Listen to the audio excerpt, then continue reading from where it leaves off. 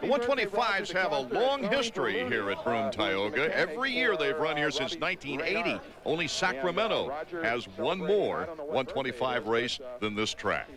And here it is, looking at the map, you see the start over there, still a concrete start, always has been. The rest of the track's basically the same, but a new feature this year, they invested in some equipment that also picks up rocks while they disc it. A lot of elevation here. This is the biggest downhill. Take a look at it at speed. You come up over the top of the hill, your fourth gear wide open. That goes through a little valley, then drops down again.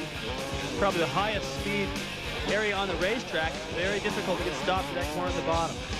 Ricky Carmichael, looking to win his third consecutive 125 title today, is in our Suzuki starting grid along with Volan, Way, Casey Lytle. There you see Brock Sellards, the only rider who hasn't been mathematically eliminated from the 125 championship. But Ricky Carmichael needs to pick up only 2 more points on Brock Sellards to win that third consecutive crown and join the illustrious company of Brock Lover and Mark Barnett, the only other 2 to win 3 125 titles in their career.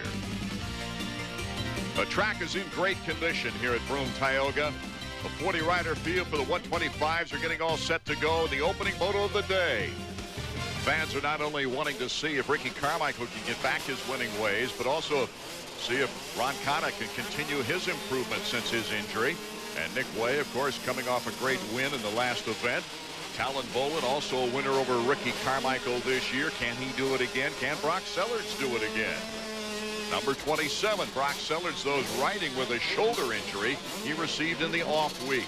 Ricky Carmichael, our points leader, as you see here over Brock Sellards. Michael Brandis, number 5 on the list, is not racing today because of an injury in practice at Millville. He is still not recovered from that injury. Moto number 1, all set to go. 30-second car to sideways. Can Ricky Carmichael get a better start here today? Whoa, he goes up near the edge. And it's David Pingree, number 60 on the Primal Suzuki, that got the whole shot, but coming out of the turn was Ricky Carmichael. Carmichael finally gets a good start after having all kinds of problems in the last 3 races. Somebody going wide out there. Looks like one of the split fire riders. Carmichael had the perfect line getting into the corner, was able to hold it tight, came out with the whole shot as Pingree drifted a little bit wide, but I'm surprised as wide as Pingree drifted, he was still able to hang on to second, so he was on the power hard. Tough luck break for Nick Way, who was off the track. That was number 23 you saw there, David, who had to go off the track. You're right, it was a split fire pro circuit rider. Way coming off that victory, but a slow start here today. Ricky Carmichael right where he wants to be to win a championship. It's an odd thing when you've been getting lousy starts, especially as many as he's had lately. Then all of a sudden you get a hole shot and it feels like your first national, and you're like, what do I do? It's a little bit of an adjustment to have the track all to yourself. You're the first guy to hit the watered section. You see him looking back, see who's going to challenge him, if anybody. That's Pingree, number 60. Pingree getting good starts lately, as we said before. Is not really putting a challenge to Ricky. Whoa, what a speed shot. Ricky now just trying to break out and leave the pack. Going into the last 4 races this season, he had terrific reason for great confidence, winning 13 of 16 motos and 7 out of 8 rounds. But then the bad starts started going from excitement for the fans to see him come through the crowd to crashes. And then it started working on his mind, David. Especially if it happens for too long. Anybody can recuperate from a couple of bad weeks, but he was just getting bad starts every time and then trying to make up for it, going so hard in the opening lap or the first couple of laps, going down more, and then you have a confidence problem. So he doesn't have to worry about it right now out in front. That would be 1 point more than he needs to sew up the title if he stays there. So Ricky Carmichael is our leader. Pingree, Ramsey, Volan, and Brock Sellards the top 5. We'll be right back. I've been racing since I was 3. I'm a pilot. I like to fly a little bit. No matter what, we want a Honda up front. I just feel like I'm on the right team and on the right place.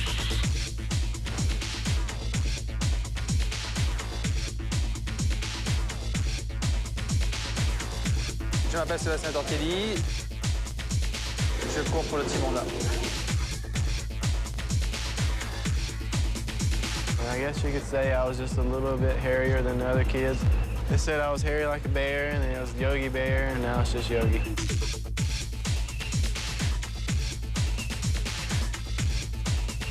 Try not to think about who's behind you. You know, you try to always race in front of you.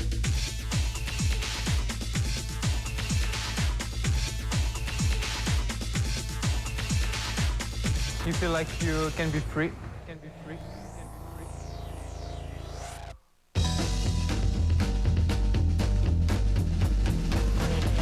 got a new car with the red tail lights like blue on the corners and it's hung in tight. It's got a rag top and a contoured hood. She goes up, up, up, up, up, and she's rocking. Let's go! The 1999 Mazda Miata. Set it free, and it'll return the favor.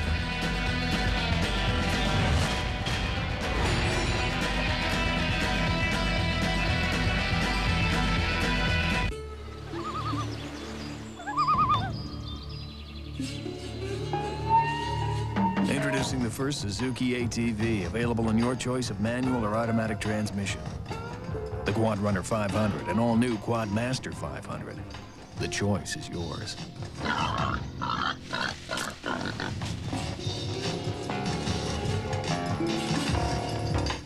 Buy a selected Quad Runner and get a super winch for just $49.95 and great financing.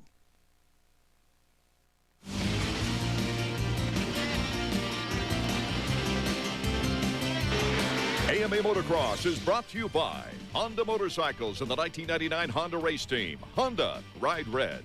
And by Championship Motocross featuring Ricky Carmichael. So real you'll be picking your teeth out of the dirt for the PlayStation game console. Now available wherever video games are sold. We're back to the action here in the opening moto of the 125s from Binghamton, upstate New York. The real battle right now is for third. Talon Bolin, FMF Honda, Nathan Ramsey making a little mistake there on the Pro Circuit machine. Bolin moving into third place behind Pingree. That worked perfect, just staying out in the loam. Usually you want to get down and protect the inside. That's what Ramsey was trying to do. But you can see all the loam they have here. That's what Talon took advantage of. This is the best condition I've ever seen this racetrack. So it's Ricky Carmichael, Pingree, and Bolin the top three with Ramsey in fourth. Now watch Ramsey. He's going to go to the inside. It's the logical line, but as Bolin goes to the outside, that's where all the loose dirt, all the loam's gotten pushed wide. Look at that big berm out there. So as soon as Ramsey gets on the gas, it's a rock base with no traction. Bolin hooks up, makes the pass. Boy, I can see what you mean about the lack of rocks right now, David.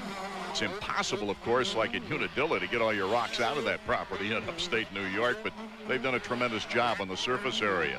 Here's Talon Bolin now, working on second place. Pingree trying to hold on after the good hole shot start. Bolin moves into second. That was tight. I didn't think he's going to have room, because Pingree could tell he was going to try to square him off right there, and I thought he didn't leave enough room between himself and the tree. Bolin just muscled his way in there like he always does and made it work. Now can he catch RC, who was at the corner of the screen when you saw Bolin take that turn. RC was really putting the old throttle down to get away from these guys. He's still got him in his sights, though, and the way that another thing I like that they've done here is they've trimmed all the trees up. They did that at Mount Morris as well, so the spectators have a great view, and at times the riders have a better view, and they can see where the guy is they're trying to catch. Nick Way trying to get back up into contention now as we see Andy Harrington, a privateer out of the San Diego area, El Cajon actually. And that's Ernesto Fonseca. Fonseca going to the outside to Harrington, and Fonseca, can he clamp it? Ernesto Fonseca has moved up another notch. Here's Casey Lytle, currently in 7th place, a teammate of Ernesto's on that Yamaha of Troy team. He's next in line. Ernesto's moving up. Way is right there pushing these guys. And Harrington is probably a little bit tough to pass because these guys don't ride around him that much, but when he gets a good start, he's so aggressive. At times he can be all over the place, but you got to hand it to him. You got to be aggressive. Look at him here, just trying to come right back. He doesn't give up. Harrington is thought of by many to be a very promising potential for the future. And look at this. Harrington bumping with Ernesto Fonseca. He's not intimidated. But that little confrontation they had allows Way to get up in there, and now Fonseca can see him. So Nick Way taking advantage of the break. is now sandwiched between the two. Take another look at the move. Well, what's going to happen here is Fonseca is going to have to use that big Burmese square, and he's going to try to come straight back up the hill, but Harrington's on that slick stuff. I mean, their lines are just going to collide. There's nothing he can do about it. He doesn't mean to hit him. He just couldn't turn sharper. When they hit each other, they lost a little bit of momentum, and then Nick Way got a little advantage and made another pass. These guys are still having a great battle, and they still got Lilo right up there in their sights. Bump and run action.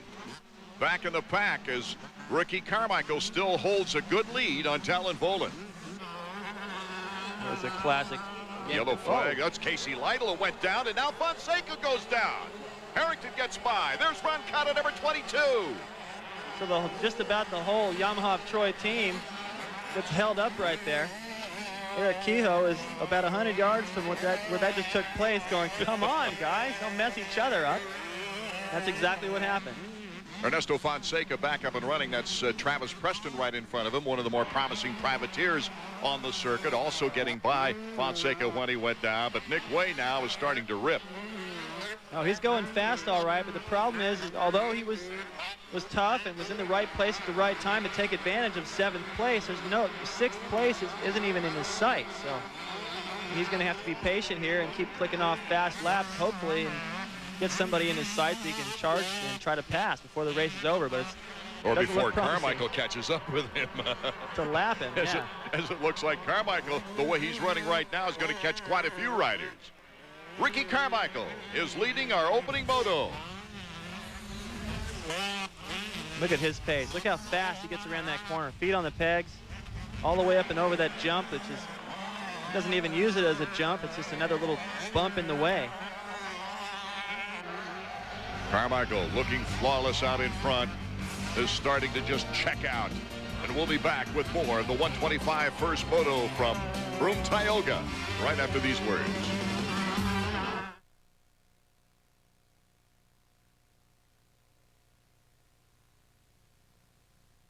12 deaths over 15 years. You swear to tell the truth, the whole truth, and nothing but the truth? 8 of them children. The truth. I thought we were talking about a court of law. For the first time on television, somebody had to have seen what happened. Pay-per-view delivers one of the best legal films in years. So the only thing you'll accept is what they're not willing to give us. John Travolta. We let them get away with murder. A civil action. All right. A compelling drama, easy to order on pay-per-view. What time is it? I'd say it's time for some bristles and shears. I'm not cutting my own hair. No, silly. You need to go to Bristles and Shears Hair Design. That's where I go. You know I need to look professional. Relax. Their experienced staff is trained to listen first, then cut. You get your hair styled the way you want it, all done in a modern, comfortable atmosphere. They even have an esthetician. A what? A facial and skincare professional. Oh, I knew that. Well, where is Bristles and Shears? Next to Belfort Furniture and World Gym in Sterling. Honey, where are my car keys? Tonight on ESPN, SportsCenter, followed by NFL Primetime, and Sunday Night Football as the Jets battle the Bills. On ESPN2, horse racing, RPM Tonight, Fed Cup tennis, and continuous scores in the latest news on the bottom line. And on ESPN Classic, a pair of click and picks and a look back at Wimbledon. Do you have all the ESPN networks? We're back with more motocross action from upstate New York.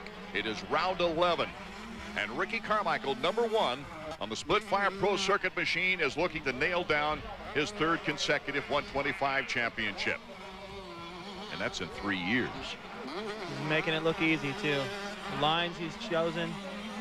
There's Preston, it looks like, and... Is that Fonseca again? No, that's Casey Lytle again. That's the same corner he had problems before. A little off-camber section before they come around to the mechanics area. This time, at least he didn't take out a teammate. Roncada now in 7th. While we're away, just passing Nick Way. And Way, it looked like had it pretty easy there for a while, David, but certainly not now. Well, I thought he might just, it'd be tough for him to stay focused because he didn't have anybody up the track to look for. Just focus on lap times from his mechanic, try to ride hard, and get a better start in the next moto, but now he's got Roncada there to chase. Roncada trying to prove himself before the season's over because he was hampered by injuries most of the year. But he's looking like past Roncata form, really, with 2 second places in the last 3 races, a 4th in the one at Washougal, also getting a whole shot. He's gained a certain amount of consistency, David. He has, and it's a good time to do it towards the end of the season. You want that not just for contracts or for your own deals, but just for your confidence going into the next year and some of the off-season races.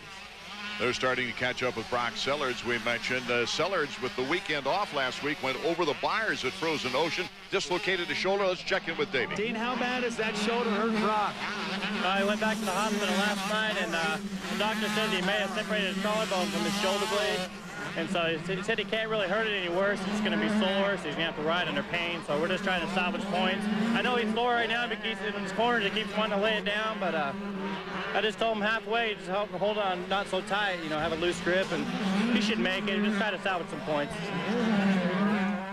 The only rider that Ricky hasn't eliminated, but sometimes those races for fun on the off weeks can turn into tragedy. Yep, and the practice these guys do during the week, especially if you get a few of them together, they're daring each other to do things and jump stuff. I mean, that always goes on. And Roncata easily gets by Brock Sellards. Didn't put up much of a fight there. I mean, this is salvaging points, and salvaging points doesn't mean trying to go the pace of Roncata. Roncata and Fonseca re-upping with Yamaha of Troy. They'll be back next year. Brock Sellards, he's already re-signed with FMF. It's a courageous performance right here from Brock.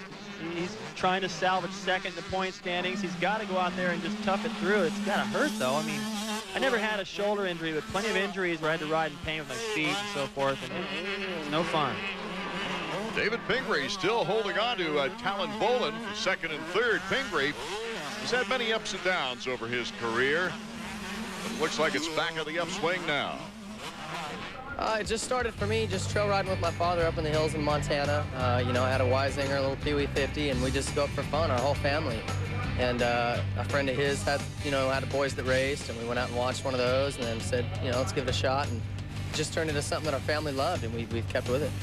Pingree started showing professional potential in his first year of amateur 125 intermediates. Had some good finishes, and it's actually some of the factories were talking to me, and I was like, you know, wow, I might have some potential here. Little did he know then the challenges that would test his desire and character. 96, I had an accident that was terrible, you know. Broke my femur, tore up my knee, broke my hand. I mean, it was pretty ugly, and I considered, you know, just getting back into school or doing something different, and you know, it's you can always go back to college at any time, you know, but racing's something you got to do when you're young, and I just loved it too much to let it go. Coming back to win the 125 Minneapolis Supercross confirmed his decision, but once again earlier this year, his love for the sport was tested. Right at the second round, you know, separated my shoulder, and it just really, it's frustrating, you know, because it takes you out of the points race. You lose fitness, you know, so your speed's off, your endurance is off, and I mean, it takes a while to come back. David Pingree on the comeback once again, showing us he doesn't give up easily. And look at this. Pingree has drawn up to the rear tire of Talon Bolin. That's not easy to do. His Talon is 100% everywhere, every lap, and he's proven he's got the speed. He's as fast as Carmichael, if not faster at times, and Pingree has closed the gap, so Pingree is riding well. Talon Bolin, his exciting self once again in second place. Just off signing a 2-year deal with Pro Circuit. That was a surprise to a lot of people. FMF brought him over from Europe. Really gave him an opportunity to get back to his homeland, and then all of a sudden he looked so good this season, was so marketable and so good for the sport that he had other people interested in his services. Here's our top 10. Carmichael, Bolin, Pingree. The top 3 remains. Ernesto Fonseca back up into the top 10. We'll be right back with more 125 action.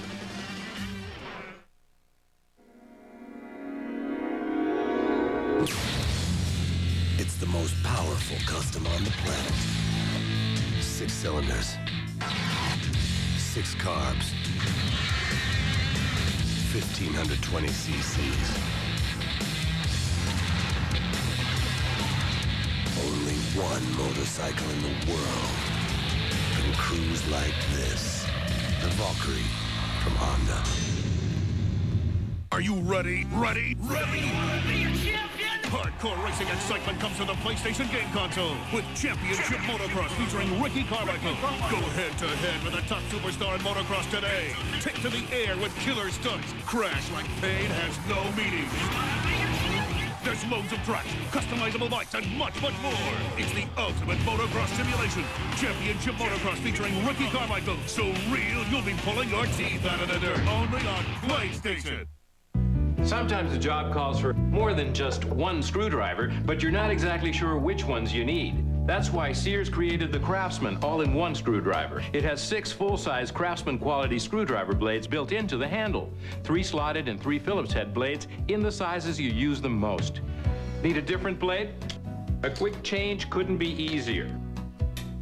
The compact size fits just about anywhere. Almost everyone has a kitchen drawer where they keep tools handy. But you'd have to keep 6 different screwdrivers in there to do the job of the Craftsman all-in-one. It's a great value at only $19.99, and like other Craftsman hand tools, the all-in-one screwdriver is guaranteed forever. Don't want to carry a whole set of screwdrivers? Just take the all-in-one. You've always got the right screwdriver at your fingertips.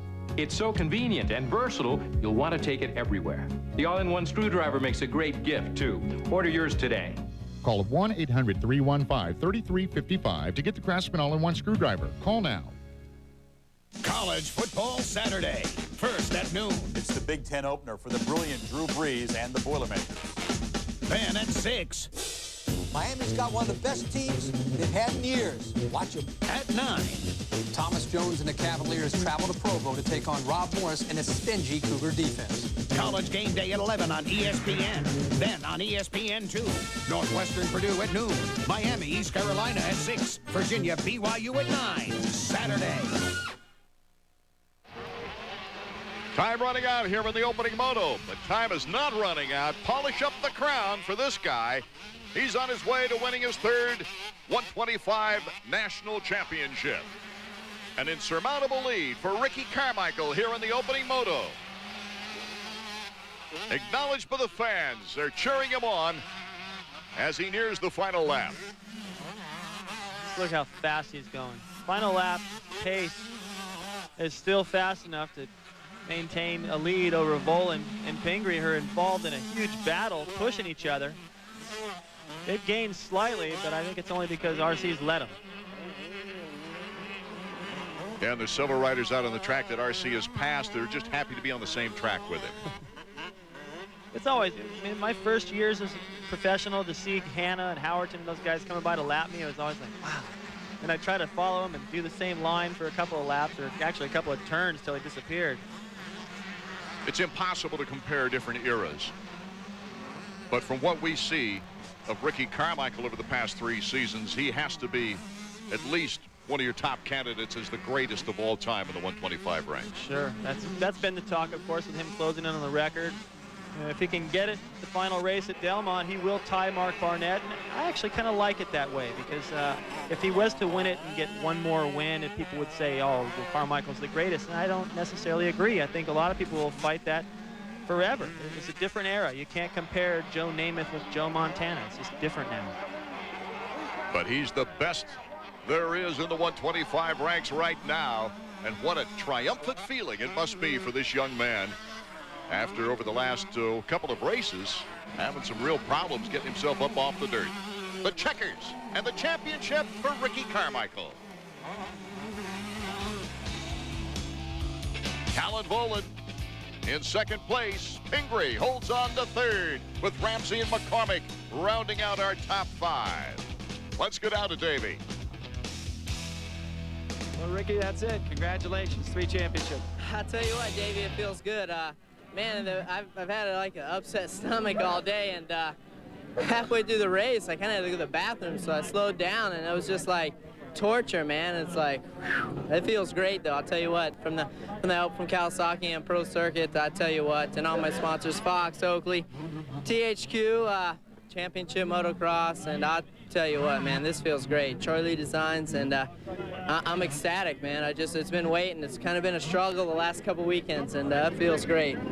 Well, this might feel a little bit better. I'm going to bring in Duke Finch right here from the AMA. Ricky, congratulations on your 3-peat. Thank you. Thanks. I'll tell you what, it feels good. I like to thank Mazda, too. I also got a Mazda truck. Bridgestone Tires, everybody who helped me get here, man. My mom and dad, and my mechanic, Chad Watts, Johnny O, and I'll tell you what, man, this is great. Finally, one more moto to go. One more, I'll tell you what. I was out in California last week testing, and Mitch was busting his butt, and we got a bike that is just hauling butt, and I think he proved that by pulling the whole shot. It feels great. Well, with still a record on the line, you know he's not going to mail in the second moto, and there's one guy that's not going to let him, and that's Talon Boland. Let's go back down to Davey now in that winner's area. Talon, good ride. Thank you. You know, I started off fourth, and Ricky obviously got the whole shot. You know, I told everybody and predicted I'd be back at this race, and I haven't got as much training as I'd like, but I really worked hard when I could, and I think that it's paid off. The only thing I lacked is still a little bit of time on the bikes. My arms pumped up in the middle of that moto. I felt my speed was the same. And, you know, next moto, these last two races, it's not like I'm racing for the championship now, so I'm not giving up for anything. I'm going for it. I'm letting it all hang out. So I hope next moto to get off with them. I'm going to pass them. The never give up Talon Boland, that's for sure. David Pingree put in quite a race. Back, it was his best moto finish of the season. So let's go right back down to Davey. Well, David, I got to tell you, that might have been your best outdoor ride ever. Congratulations, you got on the podium. Yeah, thanks a lot. It feels real good, Davey. It's been a long time since I've had a finish that I've been happy with. You know, Troy was 5th overall, but still wasn't the moto results I was looking for, you know, so this is definitely a step in the right direction. You were racing with Talon Boland out there that whole moto. I actually started to think, well, he might get a little tired, but in the end, I think you actually had the speed. Yeah, I felt strong, you know, I didn't get tired at all, and towards the end I actually found a few lines and closed back up on him, and I wasn't able to really put a move on him, but definitely held the speed all the way to the end. How do you feel about the last moto? I feel fine, you know, I didn't get tired at all, and, you know, I went back to California. I've been staying in Montana all summer, so I think getting back to the heat kind of helped me just get used to the strains of doing a 35-minute motos. The 250s are coming up next, their first moto of action. And Team Suzuki's number 8, Greg Albertine out of South Africa, will continue his drive for his first American championship. It's all coming up next.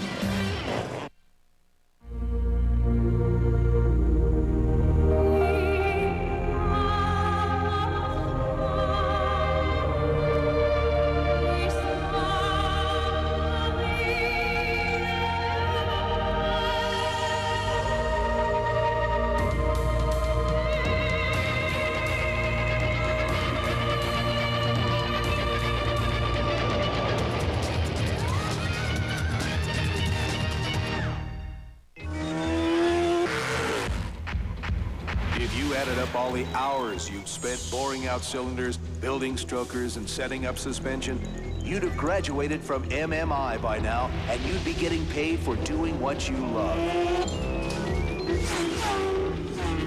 Call 1-800-994-3664 to find out how you can become one of the best technicians in the world. Motorcycle Mechanics Institute. Counting down to number 1.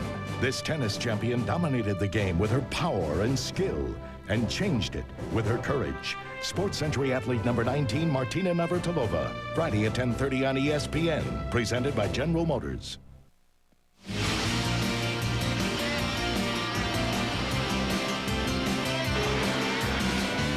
AMA Motocross is brought to you by Suzuki, makers of innovative motorcycles and ATVs.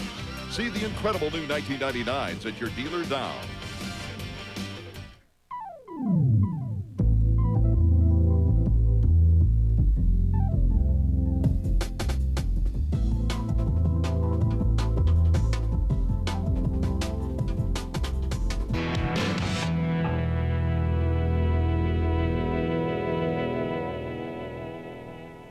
We've had 3 different points leaders in the first 10 rounds, but Greg Albertine right now, a little breathing room on Team Honda's Kevin Windham with a 35-point advantage.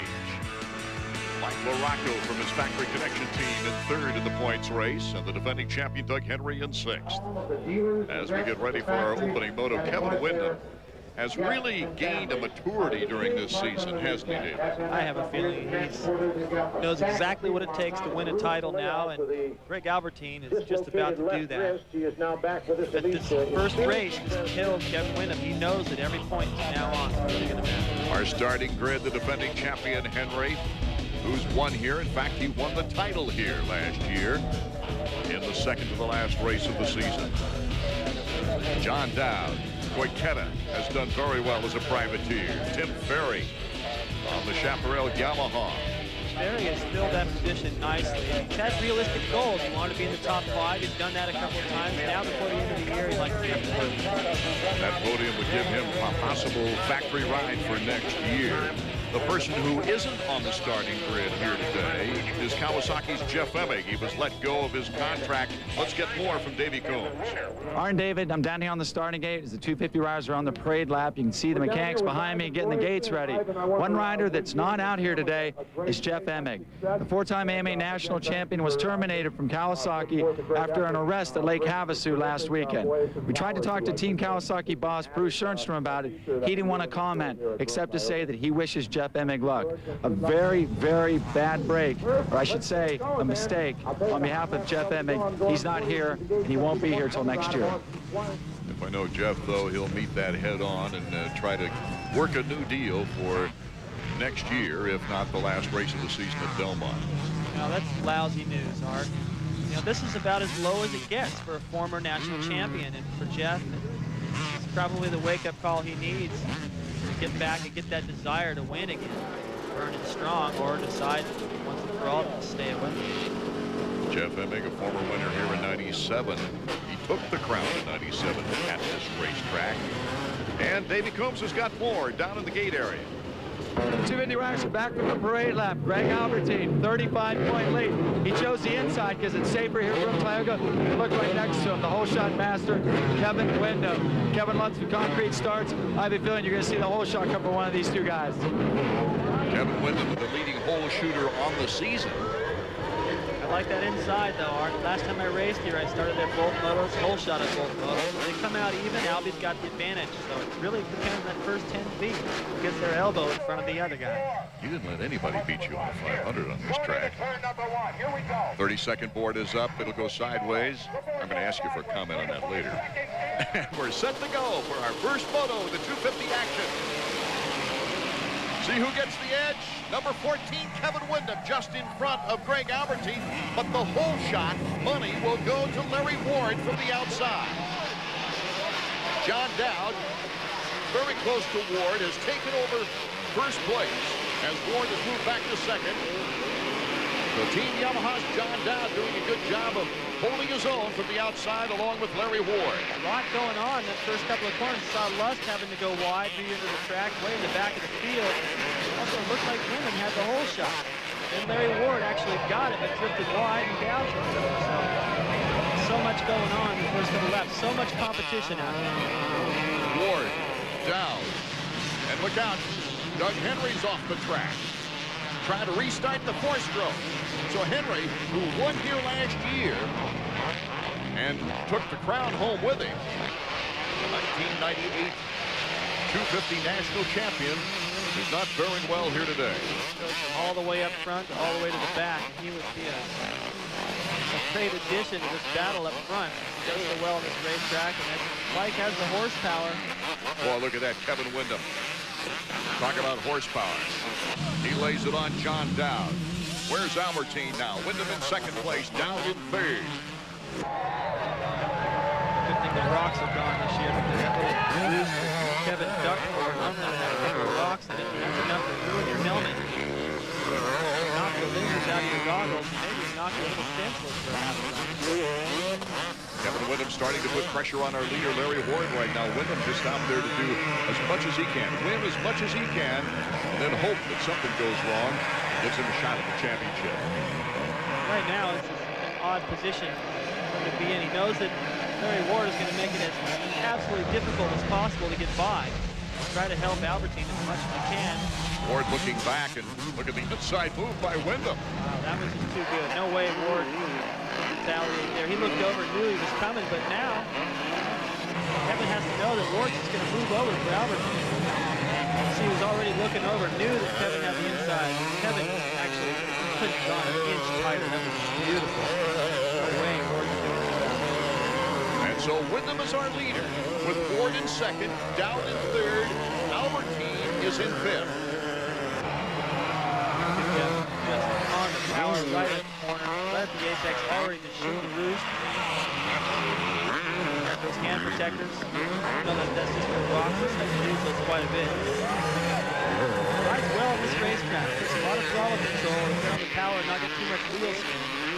Pick the right line. You see all the braking bumps coming in the corner. A lot of ruts out there. And find the best way around the track. MX Mechanics on the job for Kawasaki anyway. As Kevin Wyndham is our new leader here in our open photo of 250 action. So Wyndham, Larry Ward, and John Dowd are our top three, with Albertine looking to move up in our 11th round of action. Would you look at this? The Suzuki is off to a great start, an unbelievable start. And all of Daytona is on their feet as the GSXR screams to the trial ball. The Suzukis are dicing for the lead on the inside of turn 11. I've never seen such a battle. He wants a piece of it. He's got it. Oh, did you see that? Outstanding. With this kind of intimidation, the rest of the field might as well head home. The TL1000R is slicing through the S. Oh, my. Suzuki's V-twin is developing incredible horsepower as it thunders up the hill. Hey guys, if you have thinning hair, call 1-800-HAIR-CLUB now, and we'll send you our new 40-page hair loss update. It covers the most up-to-date information on hair growing drugs and methods, as well as Hair Club's most natural-looking, non-surgical hair development to date. You don't feel any difference in this hair, this hair. Now that I am a Hair Club client, I would never go back. Call 1-800-HAIR-CLUB now and get your free booklet. That's 1-800-HAIR CLUB. Are you ready? Ready? Hardcore racing excitement comes to the PlayStation game console with Championship Motocross featuring Ricky Carmichael. Go head-to-head with the top superstar in motocross today. Take to the air with killer stunts. Crash like pain has no meaning. There's loads of tracks, customizable bikes, and much, much more. It's the ultimate motocross simulation. Championship Motocross featuring Ricky Carmichael. So real, you'll be pulling your teeth out of the dirt. Only on PlayStation. Welcome back to Broome-Tioga Sports Center in Binghamton, New York. Art Ekman, David Bailey, Davey Coombs, bringing you the action of the first moto of the 250s. Here's the battle for third. John Dowd, who was out in front at one point, is now holding off the points leader, Greg Albertine, number 8. Albertine has gone through a lot of trials and tribulations throughout his American career after winning 3 GP Motocross World Championships. And what a pass by Albie. That was just go for broke. I'm going to pass this guy now or never. You just don't fly that far past the downside of that plateau every lap and live to tell about it. He jumped all the way out there. He actually landed pretty hard, but he made the pass. That's how bad he wants it. That's what he's been doing this year. He's recognized opportunities like that and he's taken them. And that's why he sits in the points. Albertine in third, Dowd in fourth, LaRocco in fifth now. LaRocco starting to gain some momentum on the number 3 Factory Connection Honda. You see, LaRocco is motivated to try to get up, get around Albertine, improve his own position in the points, maybe overtake Wyndham for second, but if he's able to get around Albertine, it's going to help Kevin. So he's motivated either way. It's good for Honda, good for Mike LaRocco to move up. LaRocco signing a new deal with Honda for buying some parts and re-upping with Factory Connection with his own team for next year. A Team Honda rider is back with us, and let's go down to Davey Coombs. All right, David, look who I ran into here. Sebastian Tortelli, the former points leader. Sebastian, how's the wrist? It's getting better. You know, I work hard, and my Dr. Teen did a great job on it, and he's doing very good. So I'll be racing soon, and it's going to take a couple more weeks. How tough is it to be out here watching this title decided without you in the picture? Yeah, that's the first race I'm watching, and since I'm get hurt, and I was like, I'm all tired and just want to go and ride the bike, but I know that won't be nice. I mean, that won't be good for me. So I prefer to wait and be strong next year. Sebastian Tortelli, the points leader in 5 out of the first 6 weeks of the season. And of course, that broken wrist taking place at Unadilla was really tragic at the time. They flew all the way to San Francisco. Oh, Mike LaRocco having problems in the corner. That just kind of fouled up Dowd's momentum, and here comes Button. The 4-stroke of Jimmy Button now taking advantage of John Dowd to the inside. Team Yamaha teammates. And that must be Henry right behind Button. It looks like LaRocco could have got in there and been a little meaner. As it was, Albertine kind of shot off the lip of the berm, still stayed on the racetrack, but it messed up Dowd's momentum. And here comes Button. Squares it, coming down the hill, has the inside line over the double. He moves up the step. Boy, Jimmy's really improved. Of course, he got the win at Washougal, came back with a second place at Millville. He's putting it together. And here's Tim Ferry, number 20. Ferry is on his way to his best performance. I really thought this would have been a good track for Dowd. Have a great race, but he's just dropping positions one by one. Davey Coombs back in the mechanics area with Brian Barry. Brian, John had a real good start, but it seemed like he had a bad second lap there. Yeah, I don't know. He's been having problems with his arm going numb a little bit. So I don't know if he's having problems with that. It's been a frustrating year. I don't know whether he's healthy, if he's not healthy. Mentally, he's a little messed up. You know, it's been a really tough year to push him, you know. And of course, it's so important that psychological play between mechanic and rider throughout the year, David.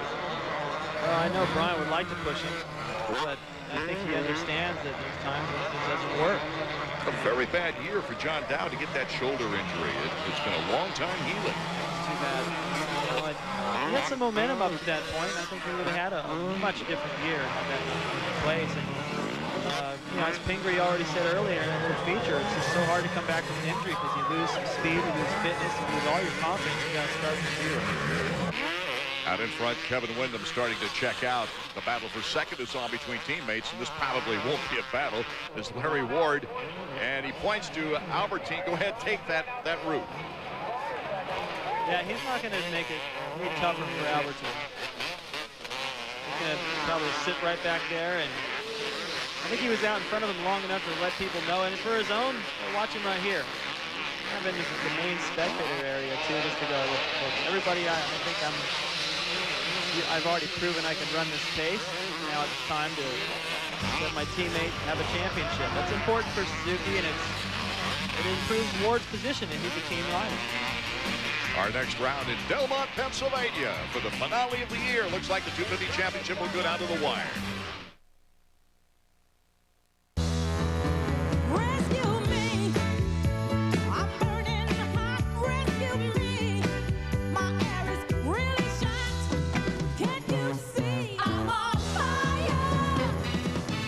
For all your air conditioning and heating needs, call ME Flow in Sterling or Leesburg.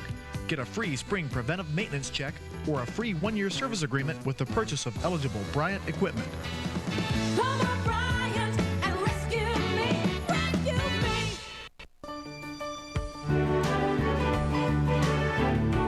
me. Bring your world into full view. Decrease your dependence on glasses and contact lenses through laser vision correction. Dr. Flinton Callahan has been a Loudon resident for 20 years and is one of the first in the United States to perform LASIK, an advanced laser technique. See what you've been missing. Call Dr. Callahan today for a free consultation. Got him there. Guys, Inside. let me see here. Huh? Cumin.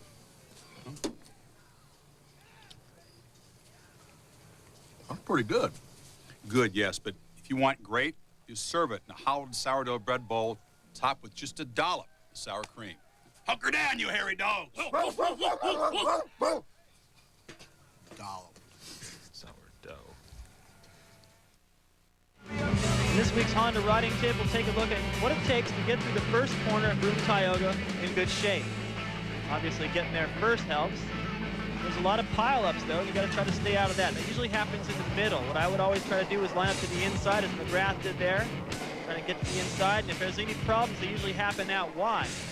Let's check in with some of the other Honda riders and see what they have to say. If you run the 250, we always start in second gear and shift as soon as possible. You know, keep the bike in the right part of the power band, and we usually pick a place going in the first turn to get on the brakes. You know, whether it be a hay bale, a banner, or whatever it might be. I think this turn especially is going to be pretty tough. It's a 180-degree right turn, which you know, it's going to. I think it's going to favor the guys on the inside the gate. I think it's really important to get down on the inside. I think a lot of the guys to the middle of the gate are going to get shoved out or possibly pushed all the way off the track. And I'd be willing to say there's going to be a couple pileups also. Well, as you can see right here, watch the riders in the middle. They have nowhere to go. down and everybody gets pushed wide. So that's why lining up to the inside, odds are you're going to come out in pretty good shape. These guys are going 50 feet extra. Now let's hear from former 250 and 500 national champ Mike LaRocca. The speeds aren't high, like I said, so you can be aggressive and not suffer too bad if things don't work out. So it's one thing where the inside gates are favored because you can push your way through. Not enough gates for everybody on the inside, but one guy who did have an inside gate is way out in front. We haven't seen much of him during the race, is Kevin Windham. Here's the battle for second place, though. Mike LaRocca, number 3. He's trying to move up the points ladder. He's behind the points leader, Greg Albertine. Albertine playing it cautious, staying out of trouble. Hey, I got a points championship to win here. Go ahead, take the inside, Mike. He just stood up and let him ride right by. Look at him. Just looks over. Yep, go ahead. You know, with a 35-point lead, you don't need to be rubbing elbows with Mike LaRocca. Chances are nothing good can come to that. So he does have the luxury of a great big points lead and to be able to just ride around, not lose too many positions in the championship. That pretty much spells it out right there. Stay focused, stay smart. Lee McCullough, Larry Ward's mechanic. I think LaRocca might even be a little disappointed. Going, come on, I thought that was going to be harder than that. He was already lined up on the inside, the same place that Windham used to take over the lead in this moto. These guys are kind of going all the way to the edge of the racetrack, missing that jump. If you don't banner something, these guys will take advantage.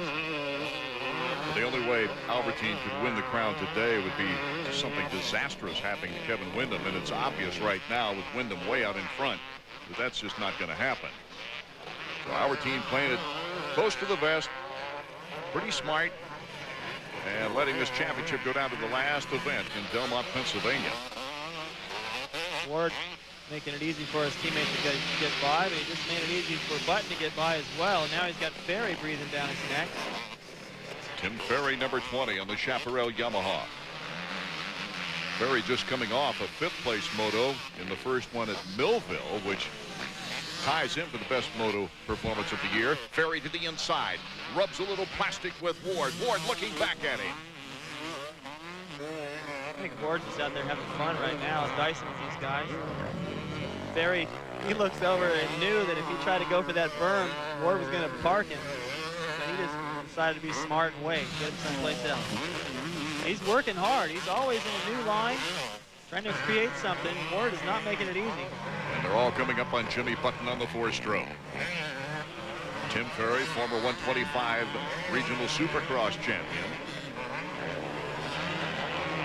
You would think the way Ward's riding was out with Tim Ferry right now, but that was Kevin Windham back there.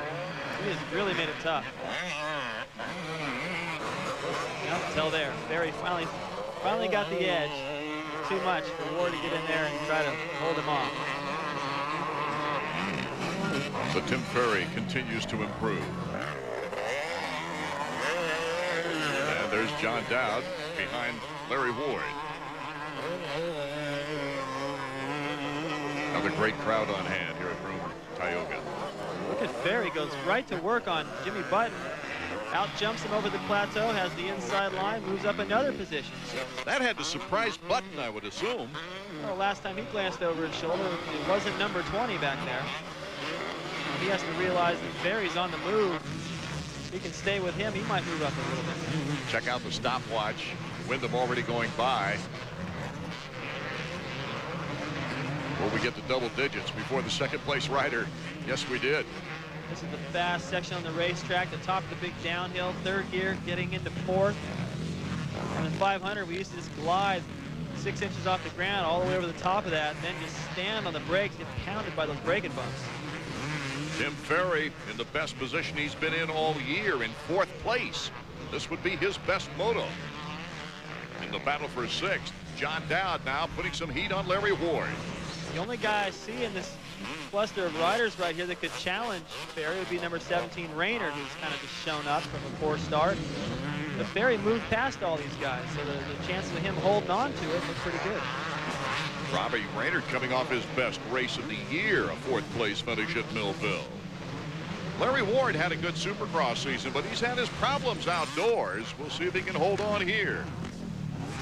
Supercross I was happy with. This year was good, consistent Supercross, won a race. Outdoor I started off terrible. Fought with myself and my bike a lot, and fortunately for myself and my own sanity, the last 3 or 4 races I've turned it around and feel like I'm riding real strong. I have the speed. Binghamton's one of my favorite tracks, so I'm looking forward to this weekend. Too bad that you get to your favorite racetrack and it's time to be a little bit of a team rider. It's very difficult. It happened to Hannah a couple times. It's happened to me in a couple of Supercross events and helping Machine out. And you want to go out and prove that you can win, and then in the back of your mind you're going, yeah, but I'm in a position, I need to move over and let this guy by. It kind of messes with your concentration. Well, from Ward's point of view, it's kind of a thank you for picking him back up into the factory ranks when he was a privateer. Teamwork, and Robbie Raynard gets around John Dowd. Raynard with that terrific speed, and he's really done well lately in the season. So Kevin Windham way out in front. Frank LaRocco, Greg Albertine, our top 3 with Tim Ferry on the move.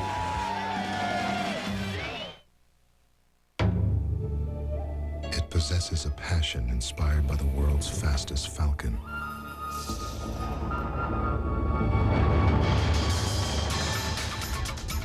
And a history that could only come from Suzuki. Introducing the incredible GSX 1300R Hayabusa, the largest displacement sport bike Suzuki has ever built. It's proof you don't need wings to fly. Are you ready? Ready? Ready? You want to be a champion? Hardcore racing excitement comes to the PlayStation game console with Championship Motocross featuring Ricky Carmichael. Go head-to-head with a top superstar in motocross today. Take to the air with killer stunts. Crash like pain has no meaning. There's loads of tracks, customizable bikes, and much, much more. It's the ultimate motocross simulation. Championship Motocross featuring Ricky Carmichael. So real, you'll be pulling your teeth out of the dirt. Only on PlayStation. The Jets go upstate to take on the Bills in an ESPN Sunday Night Football brawl. Heard about the foot there, Charbet. Tough break, pal. It's Corbett. Sorbet? Are we having sorbet? It's Corbett. There's nothing better to cleanse the palate than sorbet. My roommate from college was nuts for sorbet, Charbet. He was a Sharpay. It's pronounced Corbett. Get it? Nah, I'm sure it's pronounced Sharpay. It's Chinese. It's the Jets against the Bills on ESPN Sunday Night Football. It all begins with NFL Primetime at 7:30.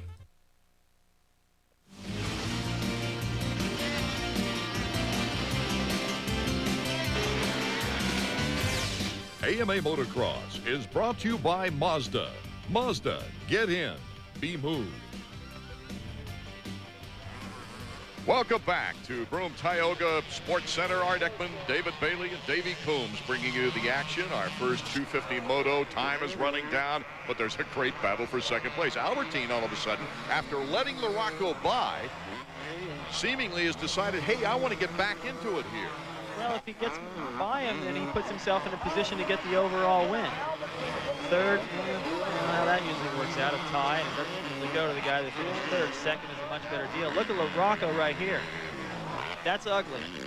He hit a rut there on the takeoff, and he'll think about that for a couple of corners. Now he doesn't even get a chance to shake that off, and Albertine's all over him. Look at this. Greg Albertine is starting to put the pressure on as we go back to the battle for sixth. Robbie Raynard and Larry Ward, teammates. Got a pretty good idea of the starts they got. When you look at the front of Raynard, he's just covered, pulling his roll-offs for better vision, and then Ward comes by all nice and clean.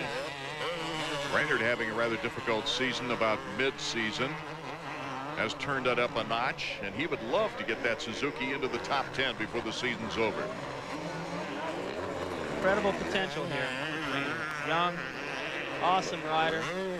Just needs a little bit more consistency, a little bit more, just something. Just some little shot in the arm there that's going to get him over that hump. So it's Raynard, Dowd, and then Ward as we go back to Mike LaRocco in second place. LaRocco pulling away just a little bit from Albertine. Maybe it's just that part of the track, though, David. Oh, Albertine stalls it. And so now LaRocco has got some real breathing room. I was kind of curious. I mean, that was just my guess that Albertine's getting up in there to try to put himself in a better position for the overall. I mean, at this point, with 3 motos to go after this, hang on to third here. He's got a big points lead. He doesn't need an extra 2 points. I've seen guy Rick Johnson trying to go out in style in Colorado, breaking his front wheel, losing a title. So he's just got to be smart right here. Like the pit board we saw said, smart and focused. Yeah, I think Roger probably was the cost of that. The team manager Suzuki probably a little nervous as to Greg's motivation to get up there and rub elbows with Morocco again. Morocco won't be nice. Here comes Raynard, and Raynard's taking on Jimmy Button. Button now kind of blocking him out on that corkscrew turn. Really doing it on purpose. Looking over, making sure his rear wheel just parked right in front of Raynard's front wheel. He's probably trying to do anything. He recognized that Raynard's coming up. He's threatening his position, and Button's going to just do whatever he can to try to hold him off in the remaining time. He doesn't have far to go. Button with a 3-1 win 2 races ago at Washougal, and a 3-3 after getting a hole shot for a 2nd place overall in the last race. He'd love to get that 3rd podium in a row as we check out our leader. Number 14, Team Honda, Kevin Windham. It's been a perfect race for Kevin. Well, that little tiny mistake right there. That's about the only flaw I've seen in Kevin's ride. He's the winningest rider on the season, but trails Greg Albertine in the points. The lap riders going by, getting that blue flag. That means get out of the way. The fast guys are coming. Morocco and Albertine, 2nd and 3rd behind Windham. Beautiful timing over that plateau. Sticks it right on the downside. I think that was it. Yeah, I was going to say it wasn't reaching up to clear his vision. That was a little salute to the people. It's kind of tough to do. So it's gotten windy. These guys are in the air. They let go of the handlebars. The bike blows around a little bit. Yeah, you can see the banners really flapping in certain areas. So Kevin Windham, who is, even though he might not win the points championship, maybe it's too early to say that. As Kevin says, the fat lady hasn't sung yet. Well, he's doing what he has to do is win the moto. And the reason he keeps looking back, he's hoping that he doesn't see anybody on the yellow bike, number 8, anywhere near him. It would suit him just fine to come in and learn that something happened to Albertine. They dropped the 10. Kevin Windham takes the checkered flag, winning the first 250 moto here in upstate New York. It's his 5th moto victory of the year. He'll now be looking for his 4th overall victory.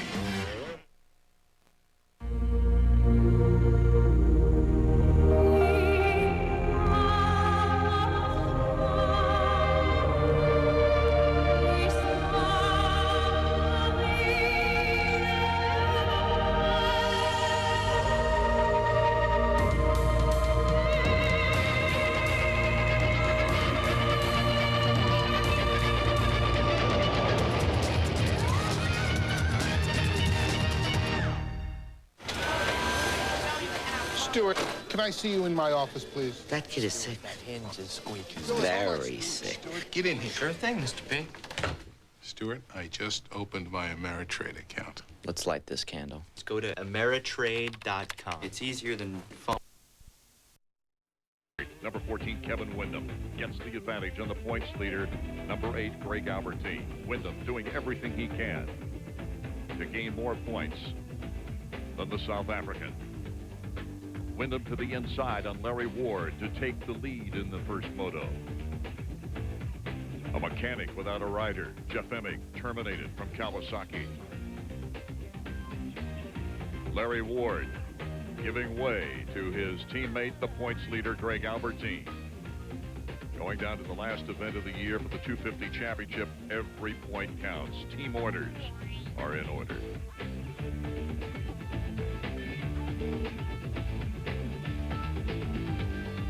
Mike LaRocco in a battle with Greg Albertine. And then the checkers for Kevin Windham. Kevin Windham, Mike LaRocco, Greg Albertine, the top 3, with Tim Ferry, his best moto finish of the season. Jimmy Button, a good placement in 5th. Let's go down to Davey now in the winner's area. Kevin, I got to tell you, that Jeff Stanton boot camp must have been working real well for you. Yeah, I've been up at Jeff's working really hard, and, you know, it's just last couple races haven't been so good. Like at Millville, I had a really terrible first moto and let the championship kind of get pretty far away. So now I just go out there and try to win every race and not even think about the championship or try to worry about anything except just riding my best. Well, for what it's worth, you picked up 5 more points on Albie. Well, you never know what can happen, and a fat lady ain't singing yet. Mike LaRocco, the Factory Connection Honda. A hard landing, but he saves it. For second place, back to Davey. Mike, that start really hurt you. Yeah, I actually, you're right.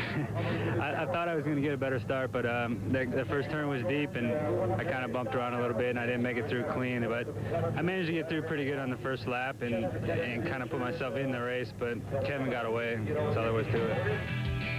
It was an interesting race for the points leader, who battled it out with Mike LaRocco after letting him through. And then Larry Ward, his teammate, saying, take over. Those points are valuable. Let's go back to Davey. That was a good ride. You were moving up on LaRocco pretty hard. One time up there in the corner, you looked like you almost made contact. Well, yeah, you know, I saw him coming really hard, and I actually let him by. You know, at the top there, I think everybody saw I kind of backed off because I don't need to be put on the mat by Mike. You know, he's the aggressive charger, and, you know, not that he'll deliberately do it, but, you know, anything can happen, and I'd rather just let him by and ride a safe race instead. You lost 5 points for the championship. You still got 30. You comfortable with that? I'm very comfortable with that. You know, next moto, I think I've got the jitters out of me, and next moto I'm going to give it everything I got and give Kevin a real run for his money. Ricky Carmichael sewed up his 3rd consecutive National 125 title in the first moto. His mom and dad, proud parents. And we'll be right back with Moto 2 in a moment. At a standstill, it might be compared to other sport bikes. At top end, it might be compared to other sport bikes. But at each and every mile per hour in between, comparisons become insignificant specks in the mirrors. The TL1000R, the only one of its kind on the track, from Suzuki.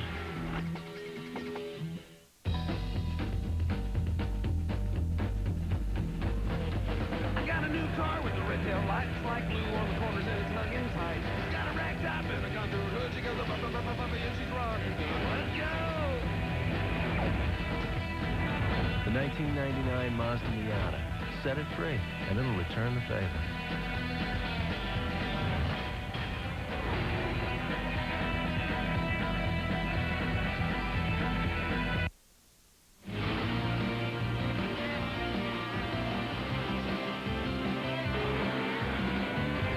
AMA Motocross is brought to you by Suzuki, makers of innovative motorcycles and ATVs.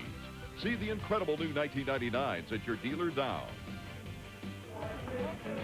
Welcome back to Binghamton as we get set for our second round of motos. The 125s are at the gate now, starting to prepare their areas. Brock Sellards hoping for a better finish than he did in the first moto, but he's still feeling the effects of that shoulder injury.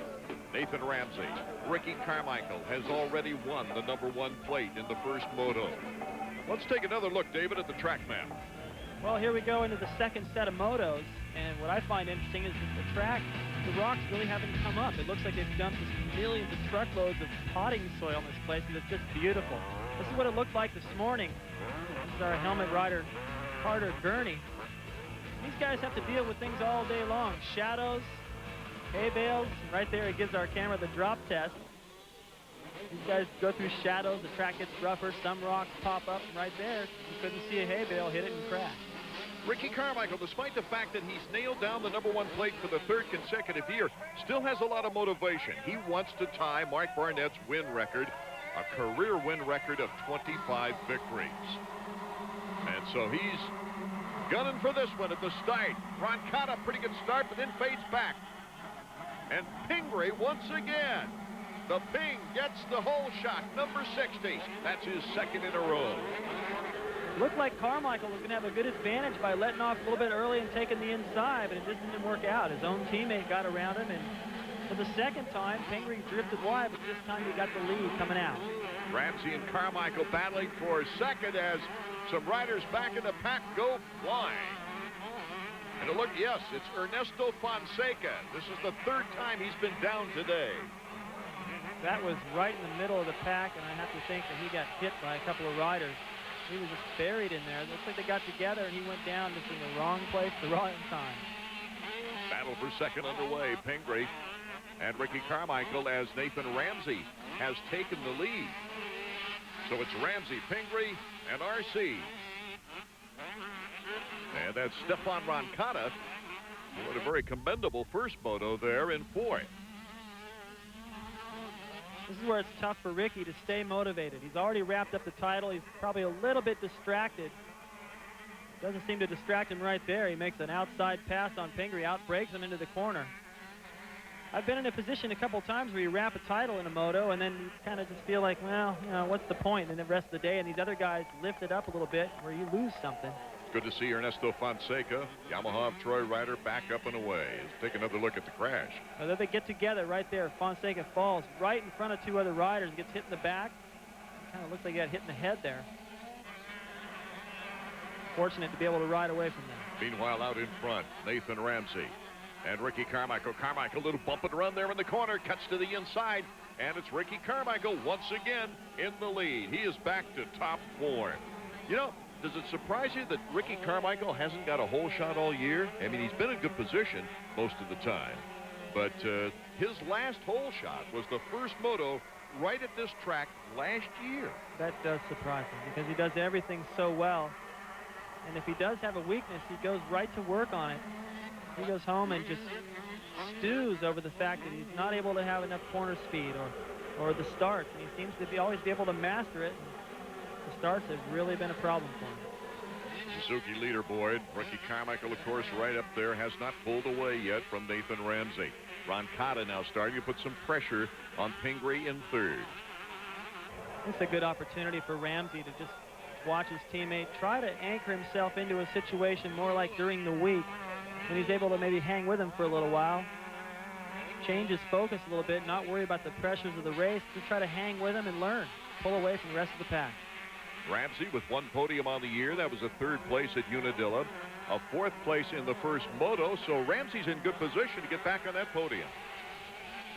He's going to have to hustle. Look at this battle. Pingree and Roncada just going at it. Pingree on the Primal Suzuki, the yellow bike, with Roncada cutting to the inside. Yamaha of Troy gives a little rub there, a little push. And Roncada makes the move into third. He had so much speed, he's able to pre-jump, make a plateau out of the top of that hill, jumped all the way to the downside, right back on the power, doing it all with short sleeves. These guys keep cutting him shorter and shorter. Doesn't have anything out there. Another look at Roncada. Well, Pingree had been pushed all the way up that hill, so he come down to the corner and he was really forced to go wide. Roncada set him up. Just took about 4 feet of racetrack away. Got right to the inside. Didn't really mean to make contact there, but he had to make the pass. Here he comes again, more contact. He means business, this moto. Makes that pass too. So he cuts in front of Ramsey. All of a sudden he's in second place. He might be in a mood to test Ricky Carmichael here in the second moto. Whoa, Ramsey, what a save. Got sidewise. I think right now he's going, how'd I do that? Casey Johnson right in front of him. Pingree got by as well. So Pingree, Johnson, and Ramsey, the order here. And still out in front, Ricky Carmichael with Roncada starting to make a move on him. We'll be right back.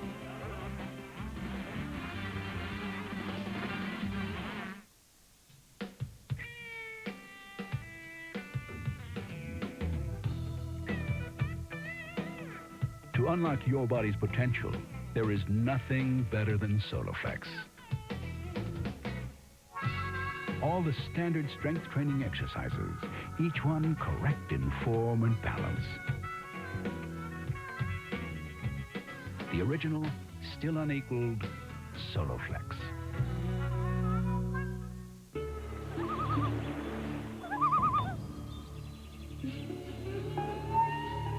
Introducing the first Suzuki ATV, available in your choice of manual or automatic transmission. The Quad Runner 500, an all-new Quad Master 500. The choice is yours.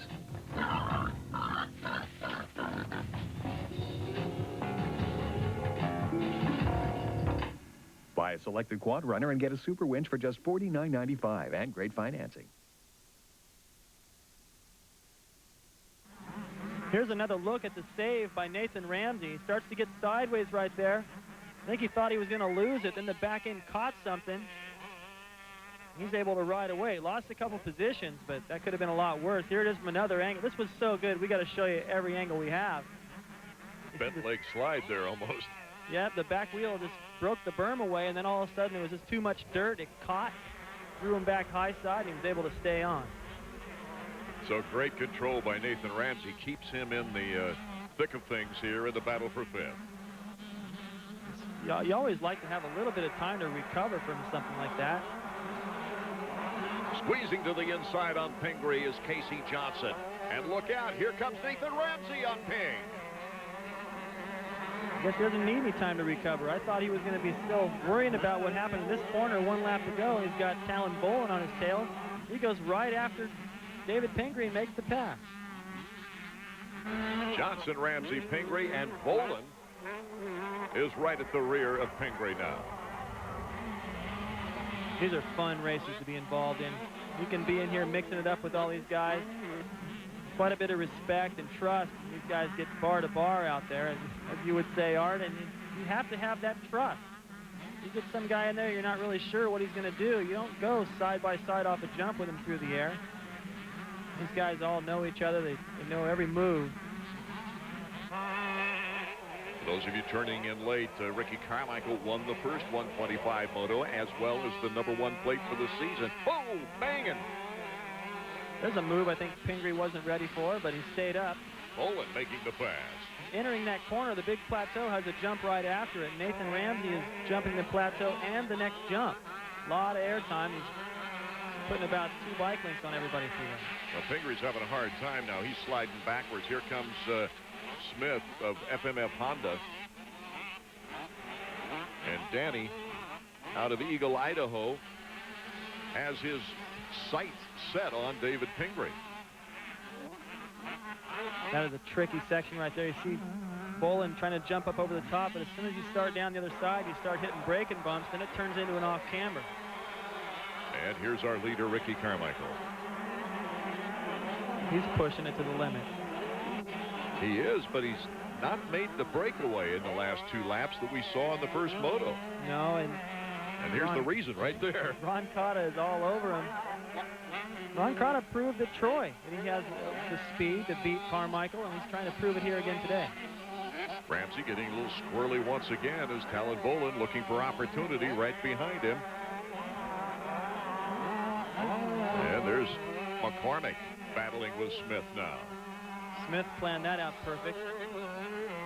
McCormick, not too long ago, got that podium at Washougal and won the second moto on his home track. He came right in and just dove underneath Danny Smith. Danny Smith knew that he'd already left the door open. Nothing he could do about it. He was able to get him right back. Sometimes when you work real hard, you're in McCormick's position. You get around the guy, and they get you right back. It kind of throws you all out of whack. Messes with your focus, and it's hard to get him back again. McCormick signing a multi-year deal with Planet Honda, so he'll be back next year. And Ricky Carmichael, what more can you say about Ricky as he goes to try and tie Mark Barnett's career 125 record before going exclusively to 250s. He'll be under the Team Kawasaki banner next year, leaving Mitch Payton. Let's go down to the mechanics area. Davey Combs. Chad, are you surprised the way Ron Cotta is sticking with Ricky? Nah, Ron Cotta's been on a niche in the last few races. He's actually had some of the fastest lap times in practice, and he's riding really well. They're clicking off 219s to 221s, which only a couple of the 250s done 219s. So even after you guys won a championship, Ricky's picked up the pace in the second moto? Party ain't over yet. We still got another race. Typical attitude of Chad Watts. He's just as competitive, I think, as Ricky is. Yeah, he is. Part of why these guys have so much fire and attack everybody and put aggressive moves on these guys. They don't really have that much like for anybody they have to race against. They just want to annihilate the field and make winning the next week that much easier because of all the intimidation that they establish. Smith and McCormick still going at it. McCormick hasn't given up yet. He's all over him. Danny Smith is dealing with the pressure. Seems to be able to cover all the lines. He crossed over in front of McCormick back there before they entered the uphill, and that tends to make the guy that's pursuing back off just a little bit. He doesn't want to have his front wheel taken out. McCormick with a 7th place finish in the first moto. Trying to improve that position here in the second. This has been a popular place to pass down the inside, but Danny Smith's got it covered. Covered it up real well, didn't he? Actually gets a little bit of breathing room there because McCormick bobbled slightly, but it seems like McCormick, whenever he's made a slight mistake, he's been able to close that gap again. In the meantime, there's a lot of rocks still out here on this racetrack, even though they got rid of most of them, that he's absorbing with the front of his body and his face. The sooner you can make the pass, the better. You had a lot of fun at this track. We mentioned a little bit. Whoa, Casey Johnson. Casey Johnson went down. And so Talon Volan becomes the opportunist there. That was too bad. He just came out of that corner. The front wheel drifted over the berm. All that loose loam cushion gets pushed to the outside. He was riding up kind of high in it. The front wheel just dropped over it, and he lost it. Ricky Carmichael continues to lead. He has been unable to shake Stefan Roncada in 2nd place. We'll be right back with more 125 action in our second moto of the day right after these words. Percival Pharmacy. It's a drugstore and much, much more. They offer 1-hour photo processing and custom framing. They have a huge selection of figurines and collectibles, including Boyd's Collection, Precious Moments, Cherished Teddies, Swarovski Crystal, Fitz and Floyd's Charming Tale, and now a Gold Key dealer for Department 56 Villages. Percival Pharmacy makes shopping a breeze with something for everyone. They even have Christmas items year-round. It's more than a drugstore. Percival Pharmacy. Thomas Jefferson, the father of American wines, grew wine grapes at his home in Monticello more than 200 years ago. Today, Jefferson's vision has come of age. Virginia's wineries now produce fine vintages recognized worldwide. Virginia wines reflect centuries of heritage, cultivation, and good taste.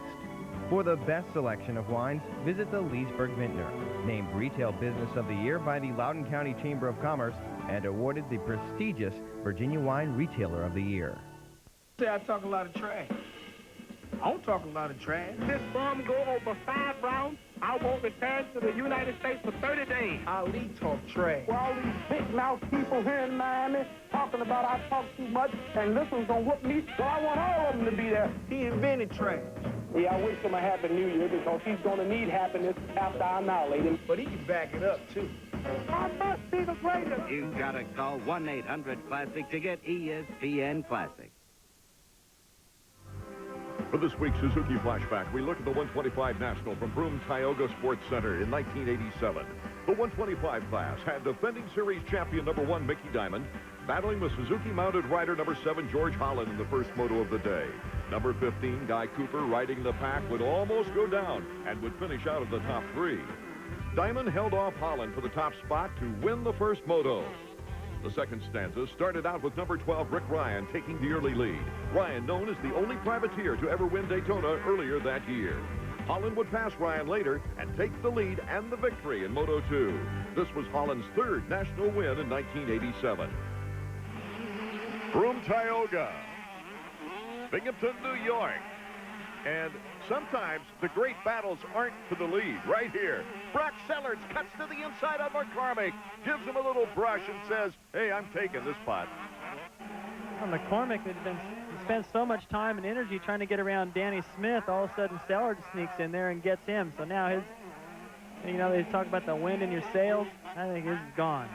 Our Suzuki stopwatch, there's only 2.5 seconds between first and second place. Ricky Carmichael and Stefan Roncada, but look at the clock go as we have not seen the 3rd place rider come around the bend yet. There she blows.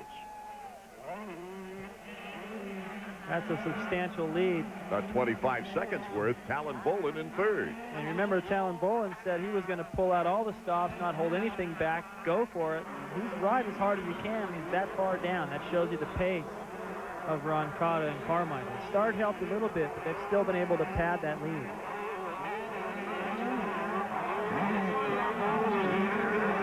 And behind Bolin, we zero in on Nathan Ramsey. That's the corner where he had his wild ride. He has still managed to keep on the pace. Unfortunately, everyone's running about the same pace, and he's not moving up. Talon Bolin will be a teammate of the guy right behind him next year on the Split Fire Pro Circuit team. Ramsey did a lot of maturing this season. It was kind of a iffy year. It was time for him to progress, and by golly, he stepped up and won the 125 West Supercross title. McCormick still won't let Brock Sellards off the hook. He is still keeping enough pressure on him that he's got to worry about him a little bit. You can see the wind has picked up. There's only a 20% chance of rain when the day started. The last time I raced here in 1986, the weather conditions were very similar. The wind picked up, started to get kind of dark. It ended up raining the second moto so hard they cut the moto in half. Well, it was supposed to rain earlier in the afternoon. Maybe we're going to have some raindrops finally. You know that there's some special tires mounted up on spare wheels for that 250 moto coming up, just in case. Yeah, it's not as easy as in road racing where you just pop one of those off either, though. No, these guys are prepared. You got a little bit of time between motos and during the week. They have barometers and all kinds of gauges in the trucks. Tapped into the weather center. They usually stay ahead of the weather channel in the local area because you know they're always wrong anyway. So while Ricky Carmichael tries to hold off Stefan Roncada, it's Bolin, Ramsey, and Smith along with Sellards and McCormick giving us the show here in the second 125 moto. Matt Walker moving up to 14.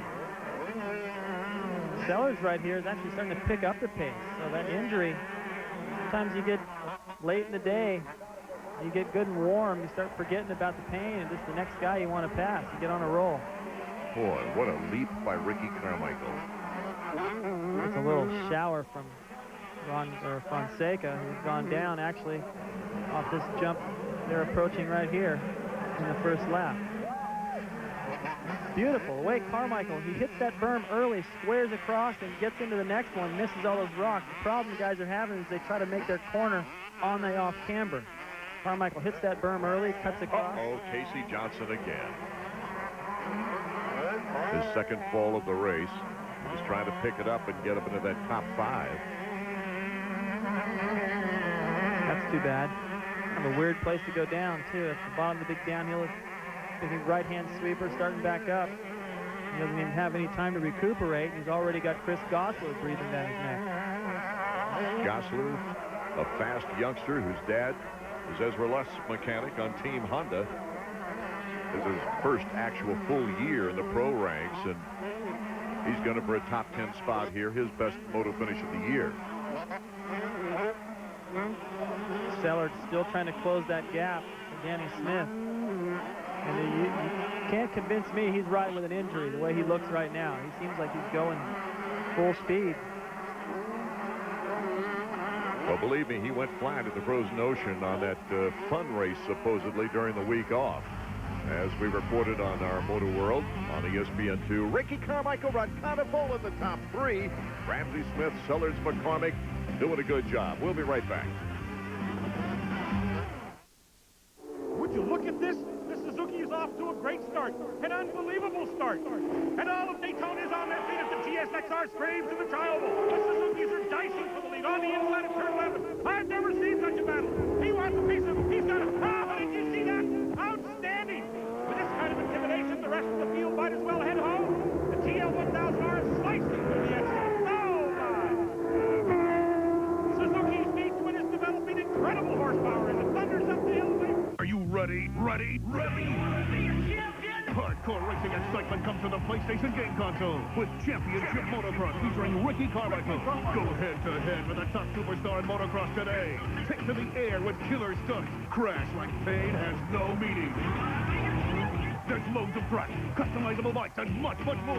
It's the ultimate motocross simulation. Championship Motocross featuring Ricky Carmichael. So real, you'll be pulling your teeth out of the dirt. Only on PlayStation. If I had one of those TV rating boxes on my television, the #1 show in the country would be 11 p.m. Sports Center. I never miss it. In my opinion, it's the best thing going. Okay, maybe it won't hit '1, but it'll definitely give Dharma and Greg a run for their money. A very underrated defense. Daryl Gardner forces an incompletion, knocks Bledsoe to the ground. Face it, America. Situation comedy, it's a dead genre. Not gonna like this either. 25 yards. Ricky Carmichael, our leader here in the second moto. What's new, right? This is the last lap, the white flag lap. Roncada still not that far behind, but Ricky has really stepped it up. You can tell by his pace right here in the final lap. He stepped it up, put it away to the point where he can afford to cruise a little bit right now. Miss all the bumps. He just seems to have an answer for what everybody comes at him with. Now he's just wheeling around the track. Sure makes it look easy. Look at that. 16th moto win coming up for Ricky Carmichael. What's that, in 22 motos? 16 out of 22. Danny Smith went for a ride in the forest. That reminds me of the same place Jeff Stanton went off the racetrack in his last ride here. You never lost a moto in the 500s here.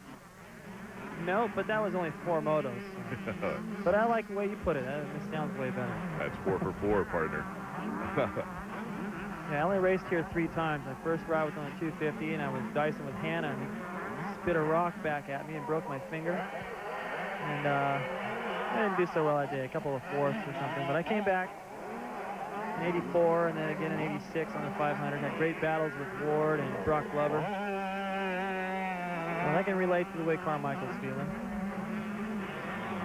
And for Ricky, this will be win number 24 on the career. He'll go next to Delmont, where he has never won. He's won just about everywhere, hasn't he? That's the only track he hasn't won on. Delmont. I'm sure he knows about that. He's got to get that win to make that record perfect and to tie Barnett. The checkers waving as Carmichael goes for a victory ride up the hill. Ricky Carmichael puts the capper on the afternoon. He's 1 for 1 once again. Stefan Roncada strutting his stuff, taking second place.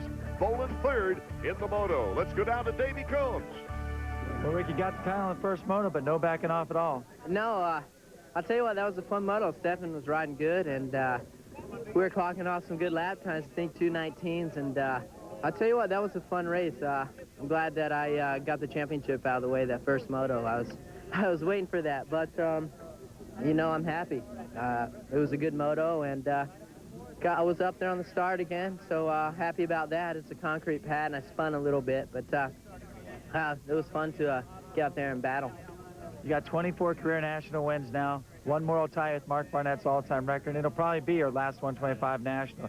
Does that mean a lot to you? I'll tell you what, I've had a great 125 career, and it's a bummer that I couldn't break Barnett's record, but he called me last week and said he would have been bummed if I would have beat it, but he'd be happy to see me right next to him. So I'm happy. 3 titles. Congratulations, Rick. For my dollar, the best 125 rider ever lived.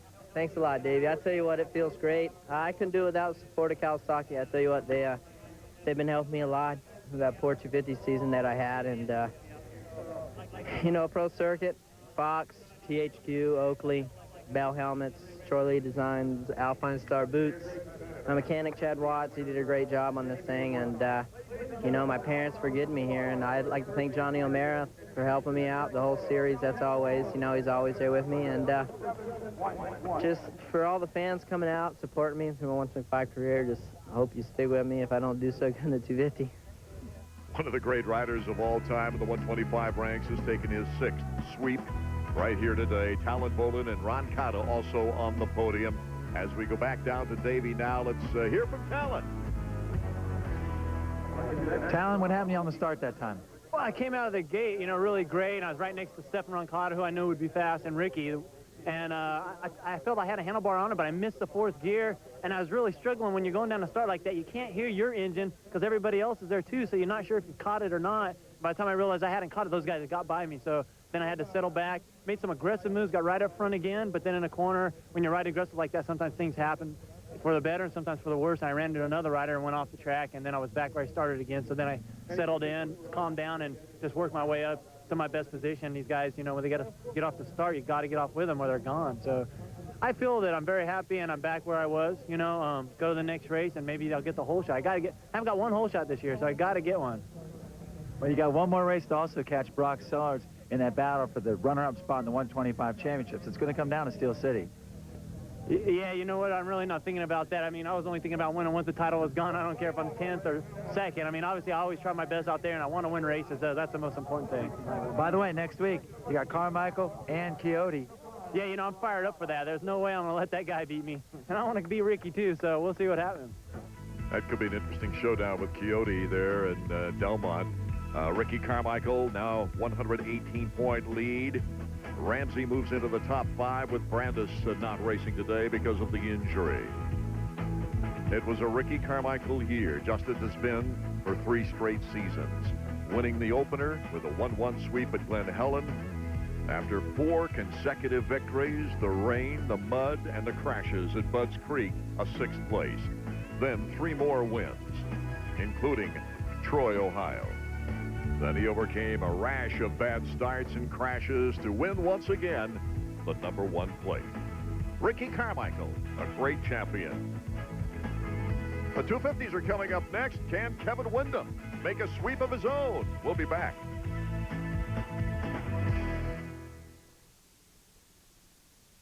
The swamps of Louisiana. There's only one reason why we would bring Honda ATVs to this kind of mud, this kind of terrain, this kind of non-stop torture, to see if they could get out. They're America's most popular ATVs for America's least popular places. Now, ride off with our best financing, 8.9%. Are you ready? Ready?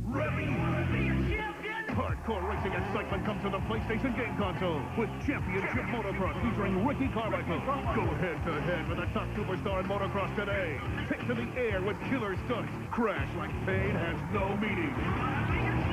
There's loads of tracks, customizable bikes, and much more. It's the ultimate motocross simulation. Championship Motocross featuring Ricky Carmichael. So real, you'll be pulling your teeth out of the dirt. Only on PlayStation. A great tradition reborn on ESPN2, Friday Night Fights. This week's main event, Orlando Canizales battles Frankie Tolino in a 10-round featherweight bout. Friday Night Fights, Friday at 9 on ESPN2.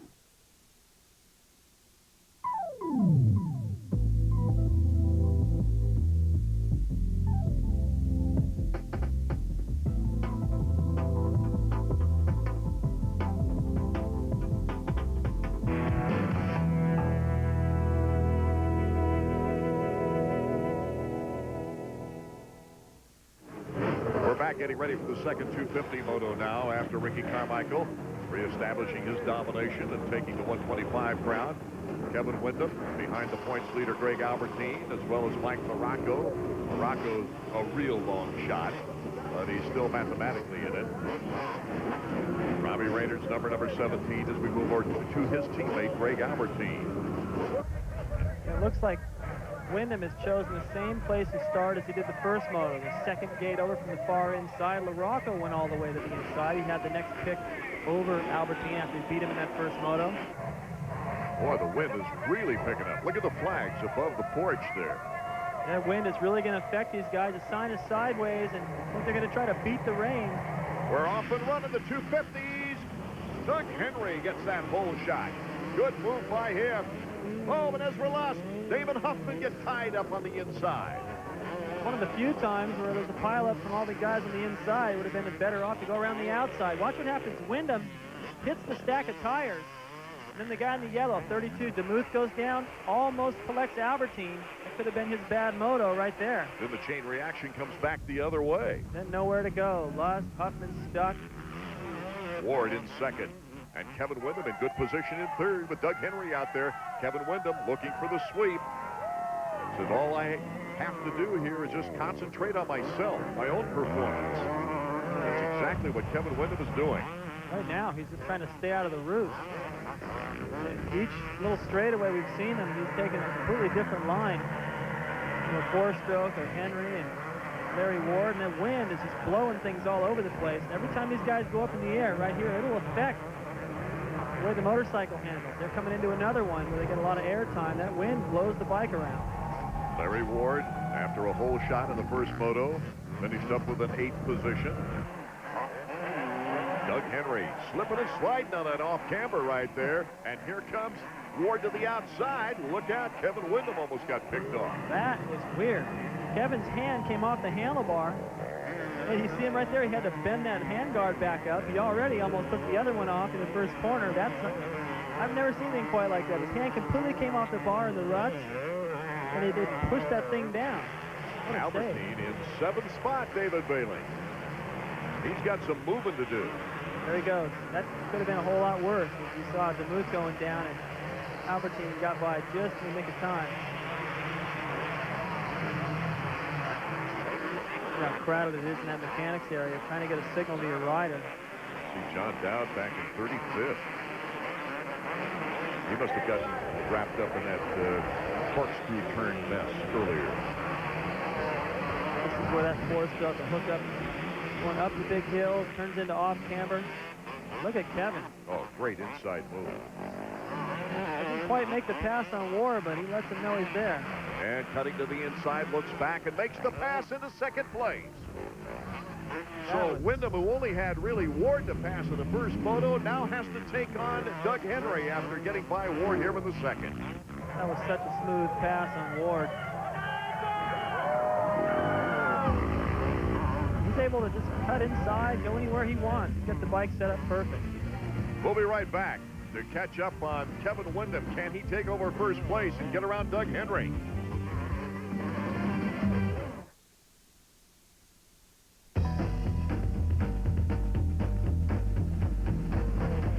Got a new car with the red tail lights like blue on the corners and it's hung in tight. It's got a rag top and a contour hood. She goes up, up, up, up, up, up, and she's rocking. Let's go! The 1999 Mazda Miata. Set it free, and it'll return the favor.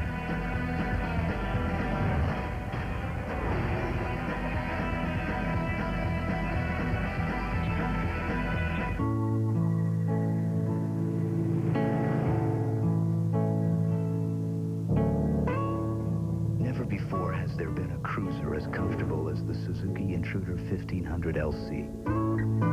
A bike so smooth, so impressive, you'll want the end of the ride to be just the beginning.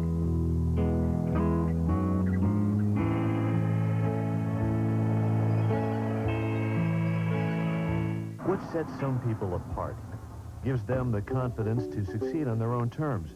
It's no secret, it's the Wall Street Journal. Now you can have that confidence delivered for 13 weeks at just $36.75, just 57 cents a day. That's a 25% savings off our regular rate, which makes now a great time to try this limited time offer.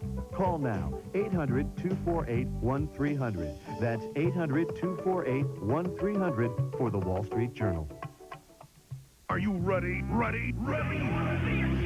Hardcore racing excitement comes to the PlayStation game console with Championship Motocross featuring Ricky Carmichael. Go head-to-head with the top superstar in motocross today.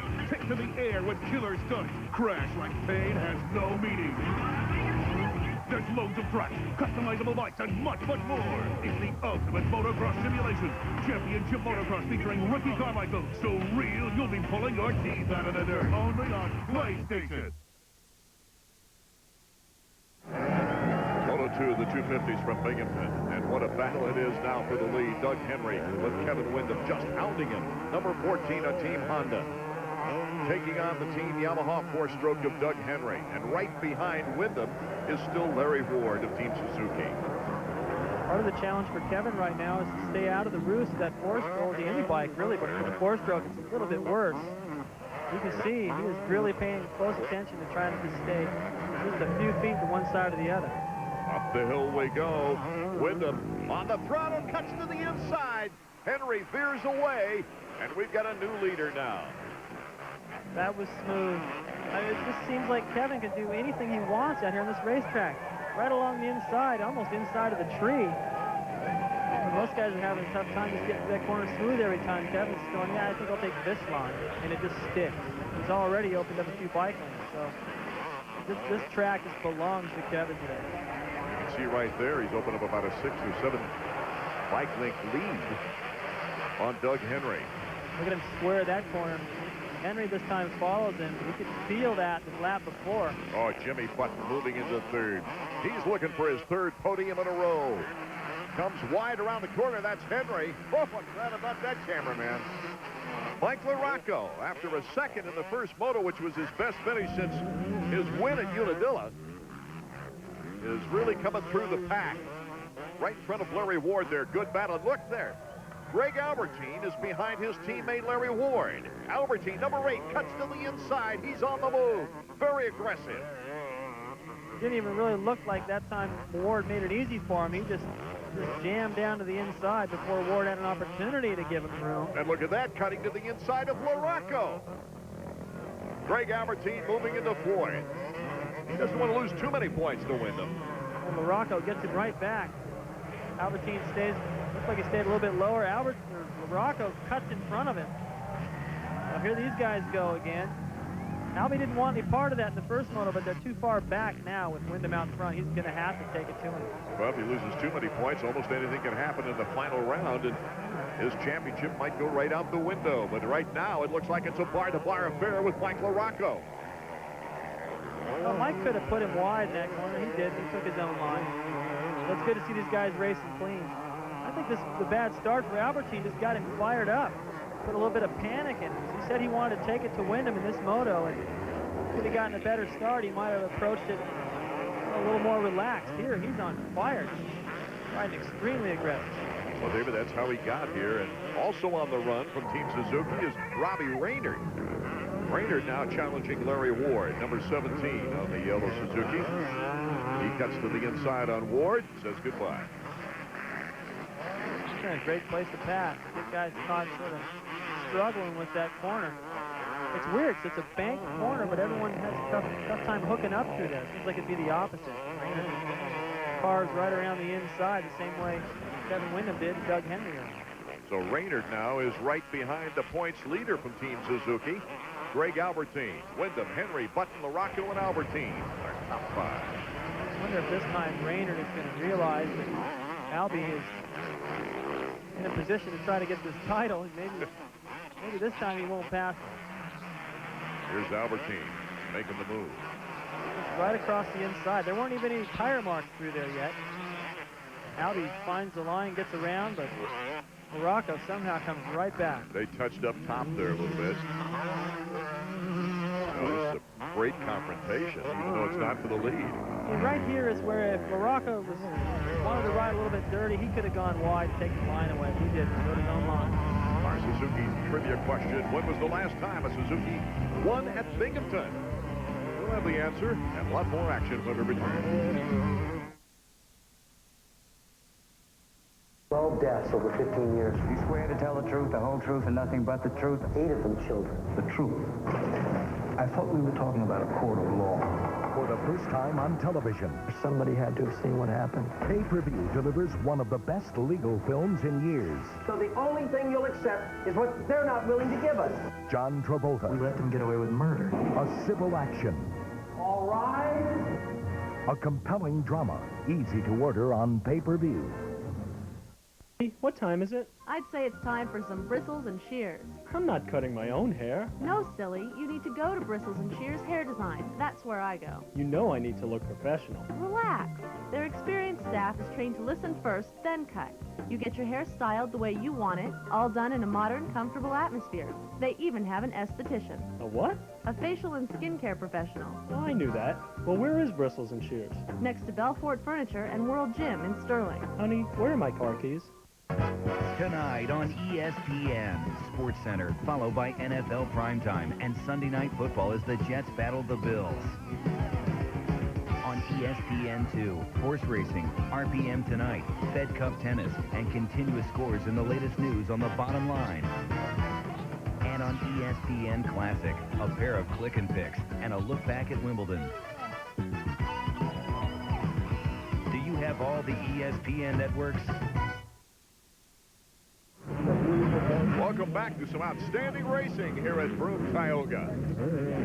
Kevin Windham is our leader. Jimmy Button now starting to make a move on his four-stroke teammate, Doug Henry, in the battle for second place.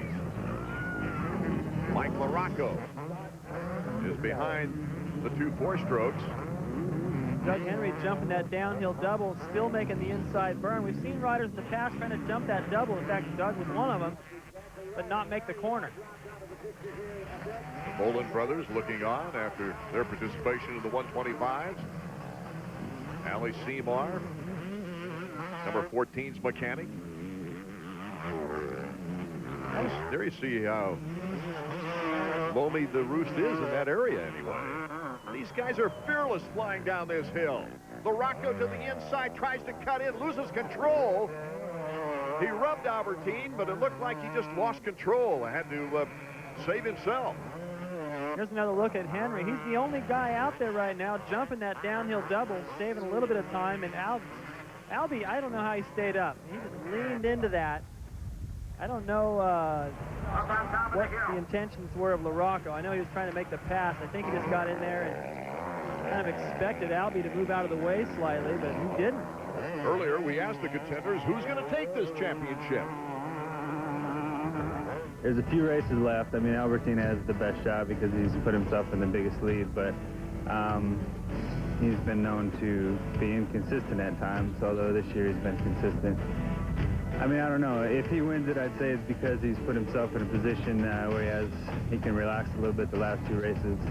And, you know, if I win it, I mean, I'm going to have to go out and win the next 4 motos and hope for something else to happen. I feel very comfortable. You know, I'm not the one who has the pressure out there. I haven't worked it out exactly, but if Kevin has to win every race, you know, and I'm really just feeling comfortable and feeling fast and going to go out there and get some good starts.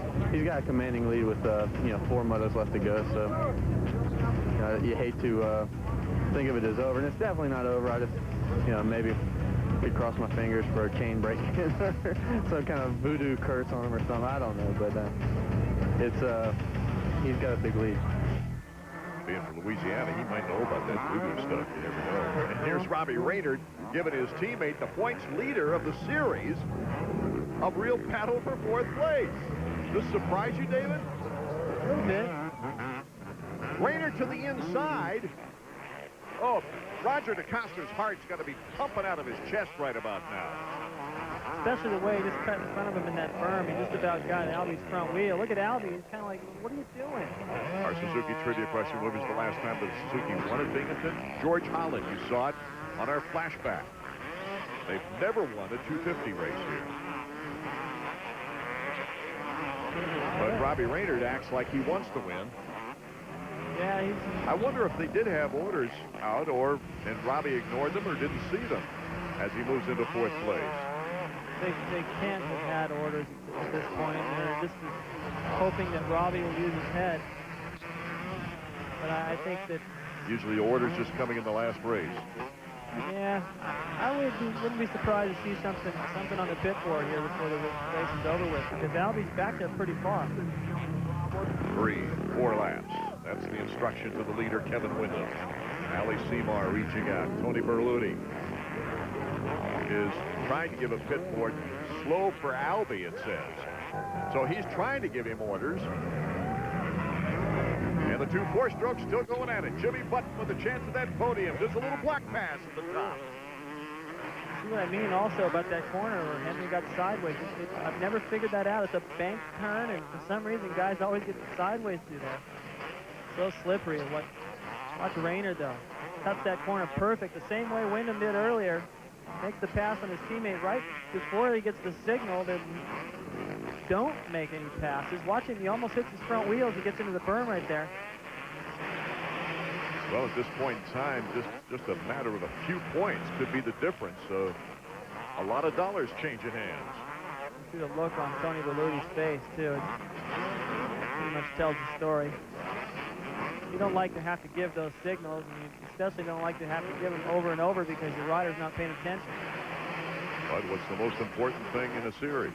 It's the championship, and it's a great marketable item this day and age. Leonard is just on such a roll, riding so well and moving up. And I don't think he's looking at the pit board, right? No, that might be it. Roger DeCosta, the team manager, Tony Berluti, his mechanic. Flashing lights on that thing. Wyndham, Button, Henry, Raynard, Albertine, our top five. LaRocco in 6th place. John Dowd, a winner in 94 in 10th. I've been racing since I was 3. I'm a pilot. I like to fly a little bit. No matter what, we want a Honda up front. I just feel like I'm on the right team and on the right place.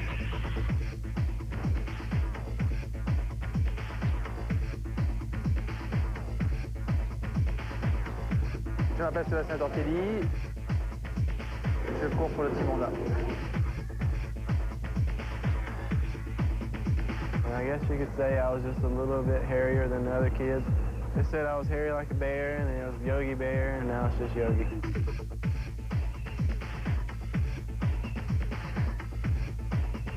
Try not to think about who's behind you. You know, you try to always race in front of you.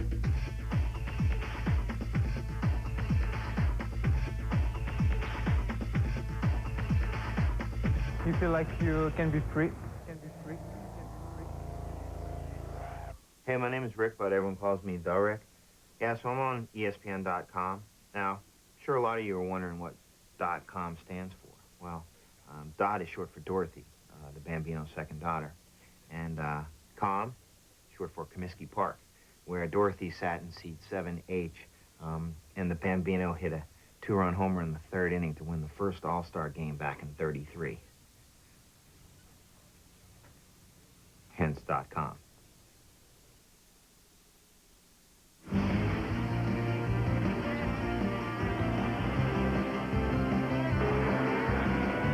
AMA Motocross is brought to you by Honda Motorcycles and the 1999 Honda race team. Honda, ride red. And by Championship Motocross featuring Ricky Carmichael. So real you'll be picking your teeth out of the dirt for the PlayStation game console. Now available wherever video games are sold. Getting near the end of our 11th round of action on the AMA Motocross Series. The mechanics right now anxious as Wyndham goes through. He's our leader. Here's another board for Robbie Rayner. You can see the nervousness as the Honda guys telling Wyndham, go. That's because Jimmy Button, you see him right there, has really picked up the pace. They know Button has what it takes to make a pass. This is really tightened up. Button in 2nd, Henry in 3rd, goes down. You mentioned about the slickness of this track in certain areas. Well, Doug found out. That's one of the slickest corners on the track, besides that other one I kept talking about. He slipped down, and right behind him is Greg Albertine. Oh, looking on Tom Hurd, the owner of this track, and boy, has he done a job or what? I think this track's in the best condition I've ever seen it in terms of how nice the soil is, and how much they've trimmed up the trees, so spectators have a great view of the track all through the hills. The layout has changed slightly, just to try to open up some passing lanes and get people closer to the riders as they come by. Button getting way out of control back there. He left marks in the ground from his speed. He's going all out to try to make a pad to steal this victory in the last half a lap. Kevin Wyndham looking for another overall victory and his 2nd sweep of the year. But he's getting all kinds of pressure from the 4-strokes. Can he hold them off? Kevin has run a beautiful race to this point. hear that four-stroke back there, wide open. Kevin's just too clever. He's not going to make a big mistake. He rides at the perfect line. There's no way he's going to give any room to Button, even if there were 2 more laps. It wouldn't be easy, but I don't think Kevin is going to leave an opening. Cutting through the lap riders now. There's Button right on his tail. The checkers, and Kevin Windham has done it. He's got the sweep, and he did all he could do to pick up on the points leader, Greg Albertine. Button in second, Raynard third, Henry in fourth, and Greg Albertine in fifth loses more points to Kevin Windham. That had to have been a great moto to be a part of. You had Henry up there, Button, the whole crew. Yeah, it was a pretty fun race. It got pretty hectic there with like 3 laps to go. I got in the lappers pretty heavy, and you know, I was nervous. You can hear that thumper behind you, no matter if it's 2 corners or 5 corners or whatever. You can still hear it behind you. So I definitely felt the pressure coming on from behind, and tried to thread the needle down through the lappers, and it worked out for the best. For what it's worth, you got Albertine's point lead down to within a moto now. I'm not sure, but it might even be 21 points. Got to be a little happy about that. Still a long ways to go, but at least you're in the game. Yeah, it's definitely a long ways to go. 21 points with 2 motos, but anything can happen. I just need to put my head down and work. And you know, it's been a successful season for me, regardless how it works out. You know, of course, I'd like the championship, but I just need to go out there and have as much fun as I can. Kevin Windham, the overall, his 4th of the year. He is the winningest rider on the tour, with Button Morocco also on the podium. Albertine in 4th. Let's go back now down to Davey Coombs. Jim, that had to have been a fun moto to be a part of. Yeah, for sure. It was a rocky one, though, behind that 4-stroke. I know what everyone else feels like, but Doug rode a hell of a race. He, you know, I tried and I couldn't do it, and he would just keep on holding on, and he got out of control a little bit, but he's a strong, tough champion, and it was a good race out there racing against him, my teammate, and just a fun time out there. I wish I would have got around him a little bit sooner. I think I could have gotten Kevin, but take second, got on the podium, so that's good. Button's 3rd podium in a row, as Albertine's lead is indeed only 21 points over Kevin Windham with 1 more round remaining. Robbie Raynard, he moves into the top 10. Robbie, that was a great charge at the end of the second moto. He moved up to 3rd, but I got to ask you, was there any thought about Albertine at all? Yeah, there was, but, you know, I feel strong, and I was just riding my own race, and, you know, Albie's been riding really well, and I had the chance to beat him, and I want to beat him. I want to win, you know, so I'm going out there doing everything I can. I feel really good this weekend, and I've been feeling a lot better as the season's gone on, so hopefully I can win next weekend. Let me ask you this, though. Comes down to Steel City. Albertine needs your spot. You going to move over for him? I don't know.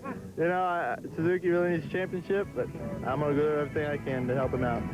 Over the last 2 years, the 250 title has been decided and awarded right here. Doug Henry last year and Emig the year before. But this season, 1999, Greg Albertine's going to have to wait for the plate that Ricky Carmichael picked up today in the 125. Art Eckman, David Bailey, and Davey Coombs, thanking you for being with us. This has been a production of ESPN, the worldwide. It's up just yet. He worked so hard to get it, and if you talk to him, he sounds very confident about repeating. He's got a lot of competition, though. Sebastian Tortelli, for instance, was leading in points last year when he went down with an injury at Unadilla. Well, I'll tell you what, if Sebastian can stay healthy through the whole season, he's going to present a major challenge for Albie. Those guys are going to fight it out, and they both feel like they can win the title. And then, newcomers to the division, David Villemin from France and Ricky Carmichael from the 125 ranks. Well, Ricky has shown us speed on the 125, and he sounds pretty confident about doing it on the 250 as well, and we can look at Daytona and see the results of that. Villemin, however, well, it's going to be different for him. He hasn't seen these racetracks, and he's just going to have to feel his way out. David, we also have the return of Ezra Lust, who had an unfortunate Supercross injury. Well, unlike Albertine, who was able to race a little bit this year before he was injured, Lust really doesn't know where he fits into the competition. So this first round is going to be just kind of feel things out and try to race his way back into shape. Our Davey Coombs is in the pit area, and he's with the defending champion, Greg Albertine. Davey? When Greg Albertine came to America in 1995, he walked away from 3 world championships to realize his dream of earning a #1 plate in America. Today marks Greg's first day with that number plate. Unfortunately, also marks his first day back from a very serious injury. Greg, how's the leg? It feels really good. You know, I was riding it just after 7 weeks. I've had just over 3 weeks on the bike, and I'm feeling fit, strong, and Lord really healed me quickly. I know that it took a lot of time in America, 4 years to be exact, to get that #1 plate, but how great does it feel to finally wear it? it feels really good. So many people stuck by me and supported me, and Suzuki being one of them. So I feel very proud to go out there today with the #1 plate. There you have it. 3-time world champion and 1-time U.S. national champion Greg Albertine begins defense of his #1 plate today. Thanks, Davey. Turning to the 125s, this year in Supercross, we saw more winners in one season than ever before, 9 to be exact, and I don't see any reason why it should stop there as we go into motocross. Well, it's going to be good, that's for sure. And if you compare it to the 250 class, you've got defending champion Albertine and Ricky Carmichael and Tortelli. These guys are all pretty sure they're going to win the title at the end of the season. And in the 125 class, I don't think the attitude's the same. If there's one guy that's confident, it's got to be Talon Bolin, because he was the closest guy to Carmichael, and RC's moved up. A couple of guys that have been around the 125 scene for a while. They're hungry for a championship. Brock Sellards and Stefan Roncada. Well, Roncada is confident. He's got that 125 Supercross title. He's just going to carry that momentum outdoors. Sellards, he's a strong pit bull. He's got that LaRocco style, and he's been looking forward to the outdoors. New kid on the block, Travis Pastrana.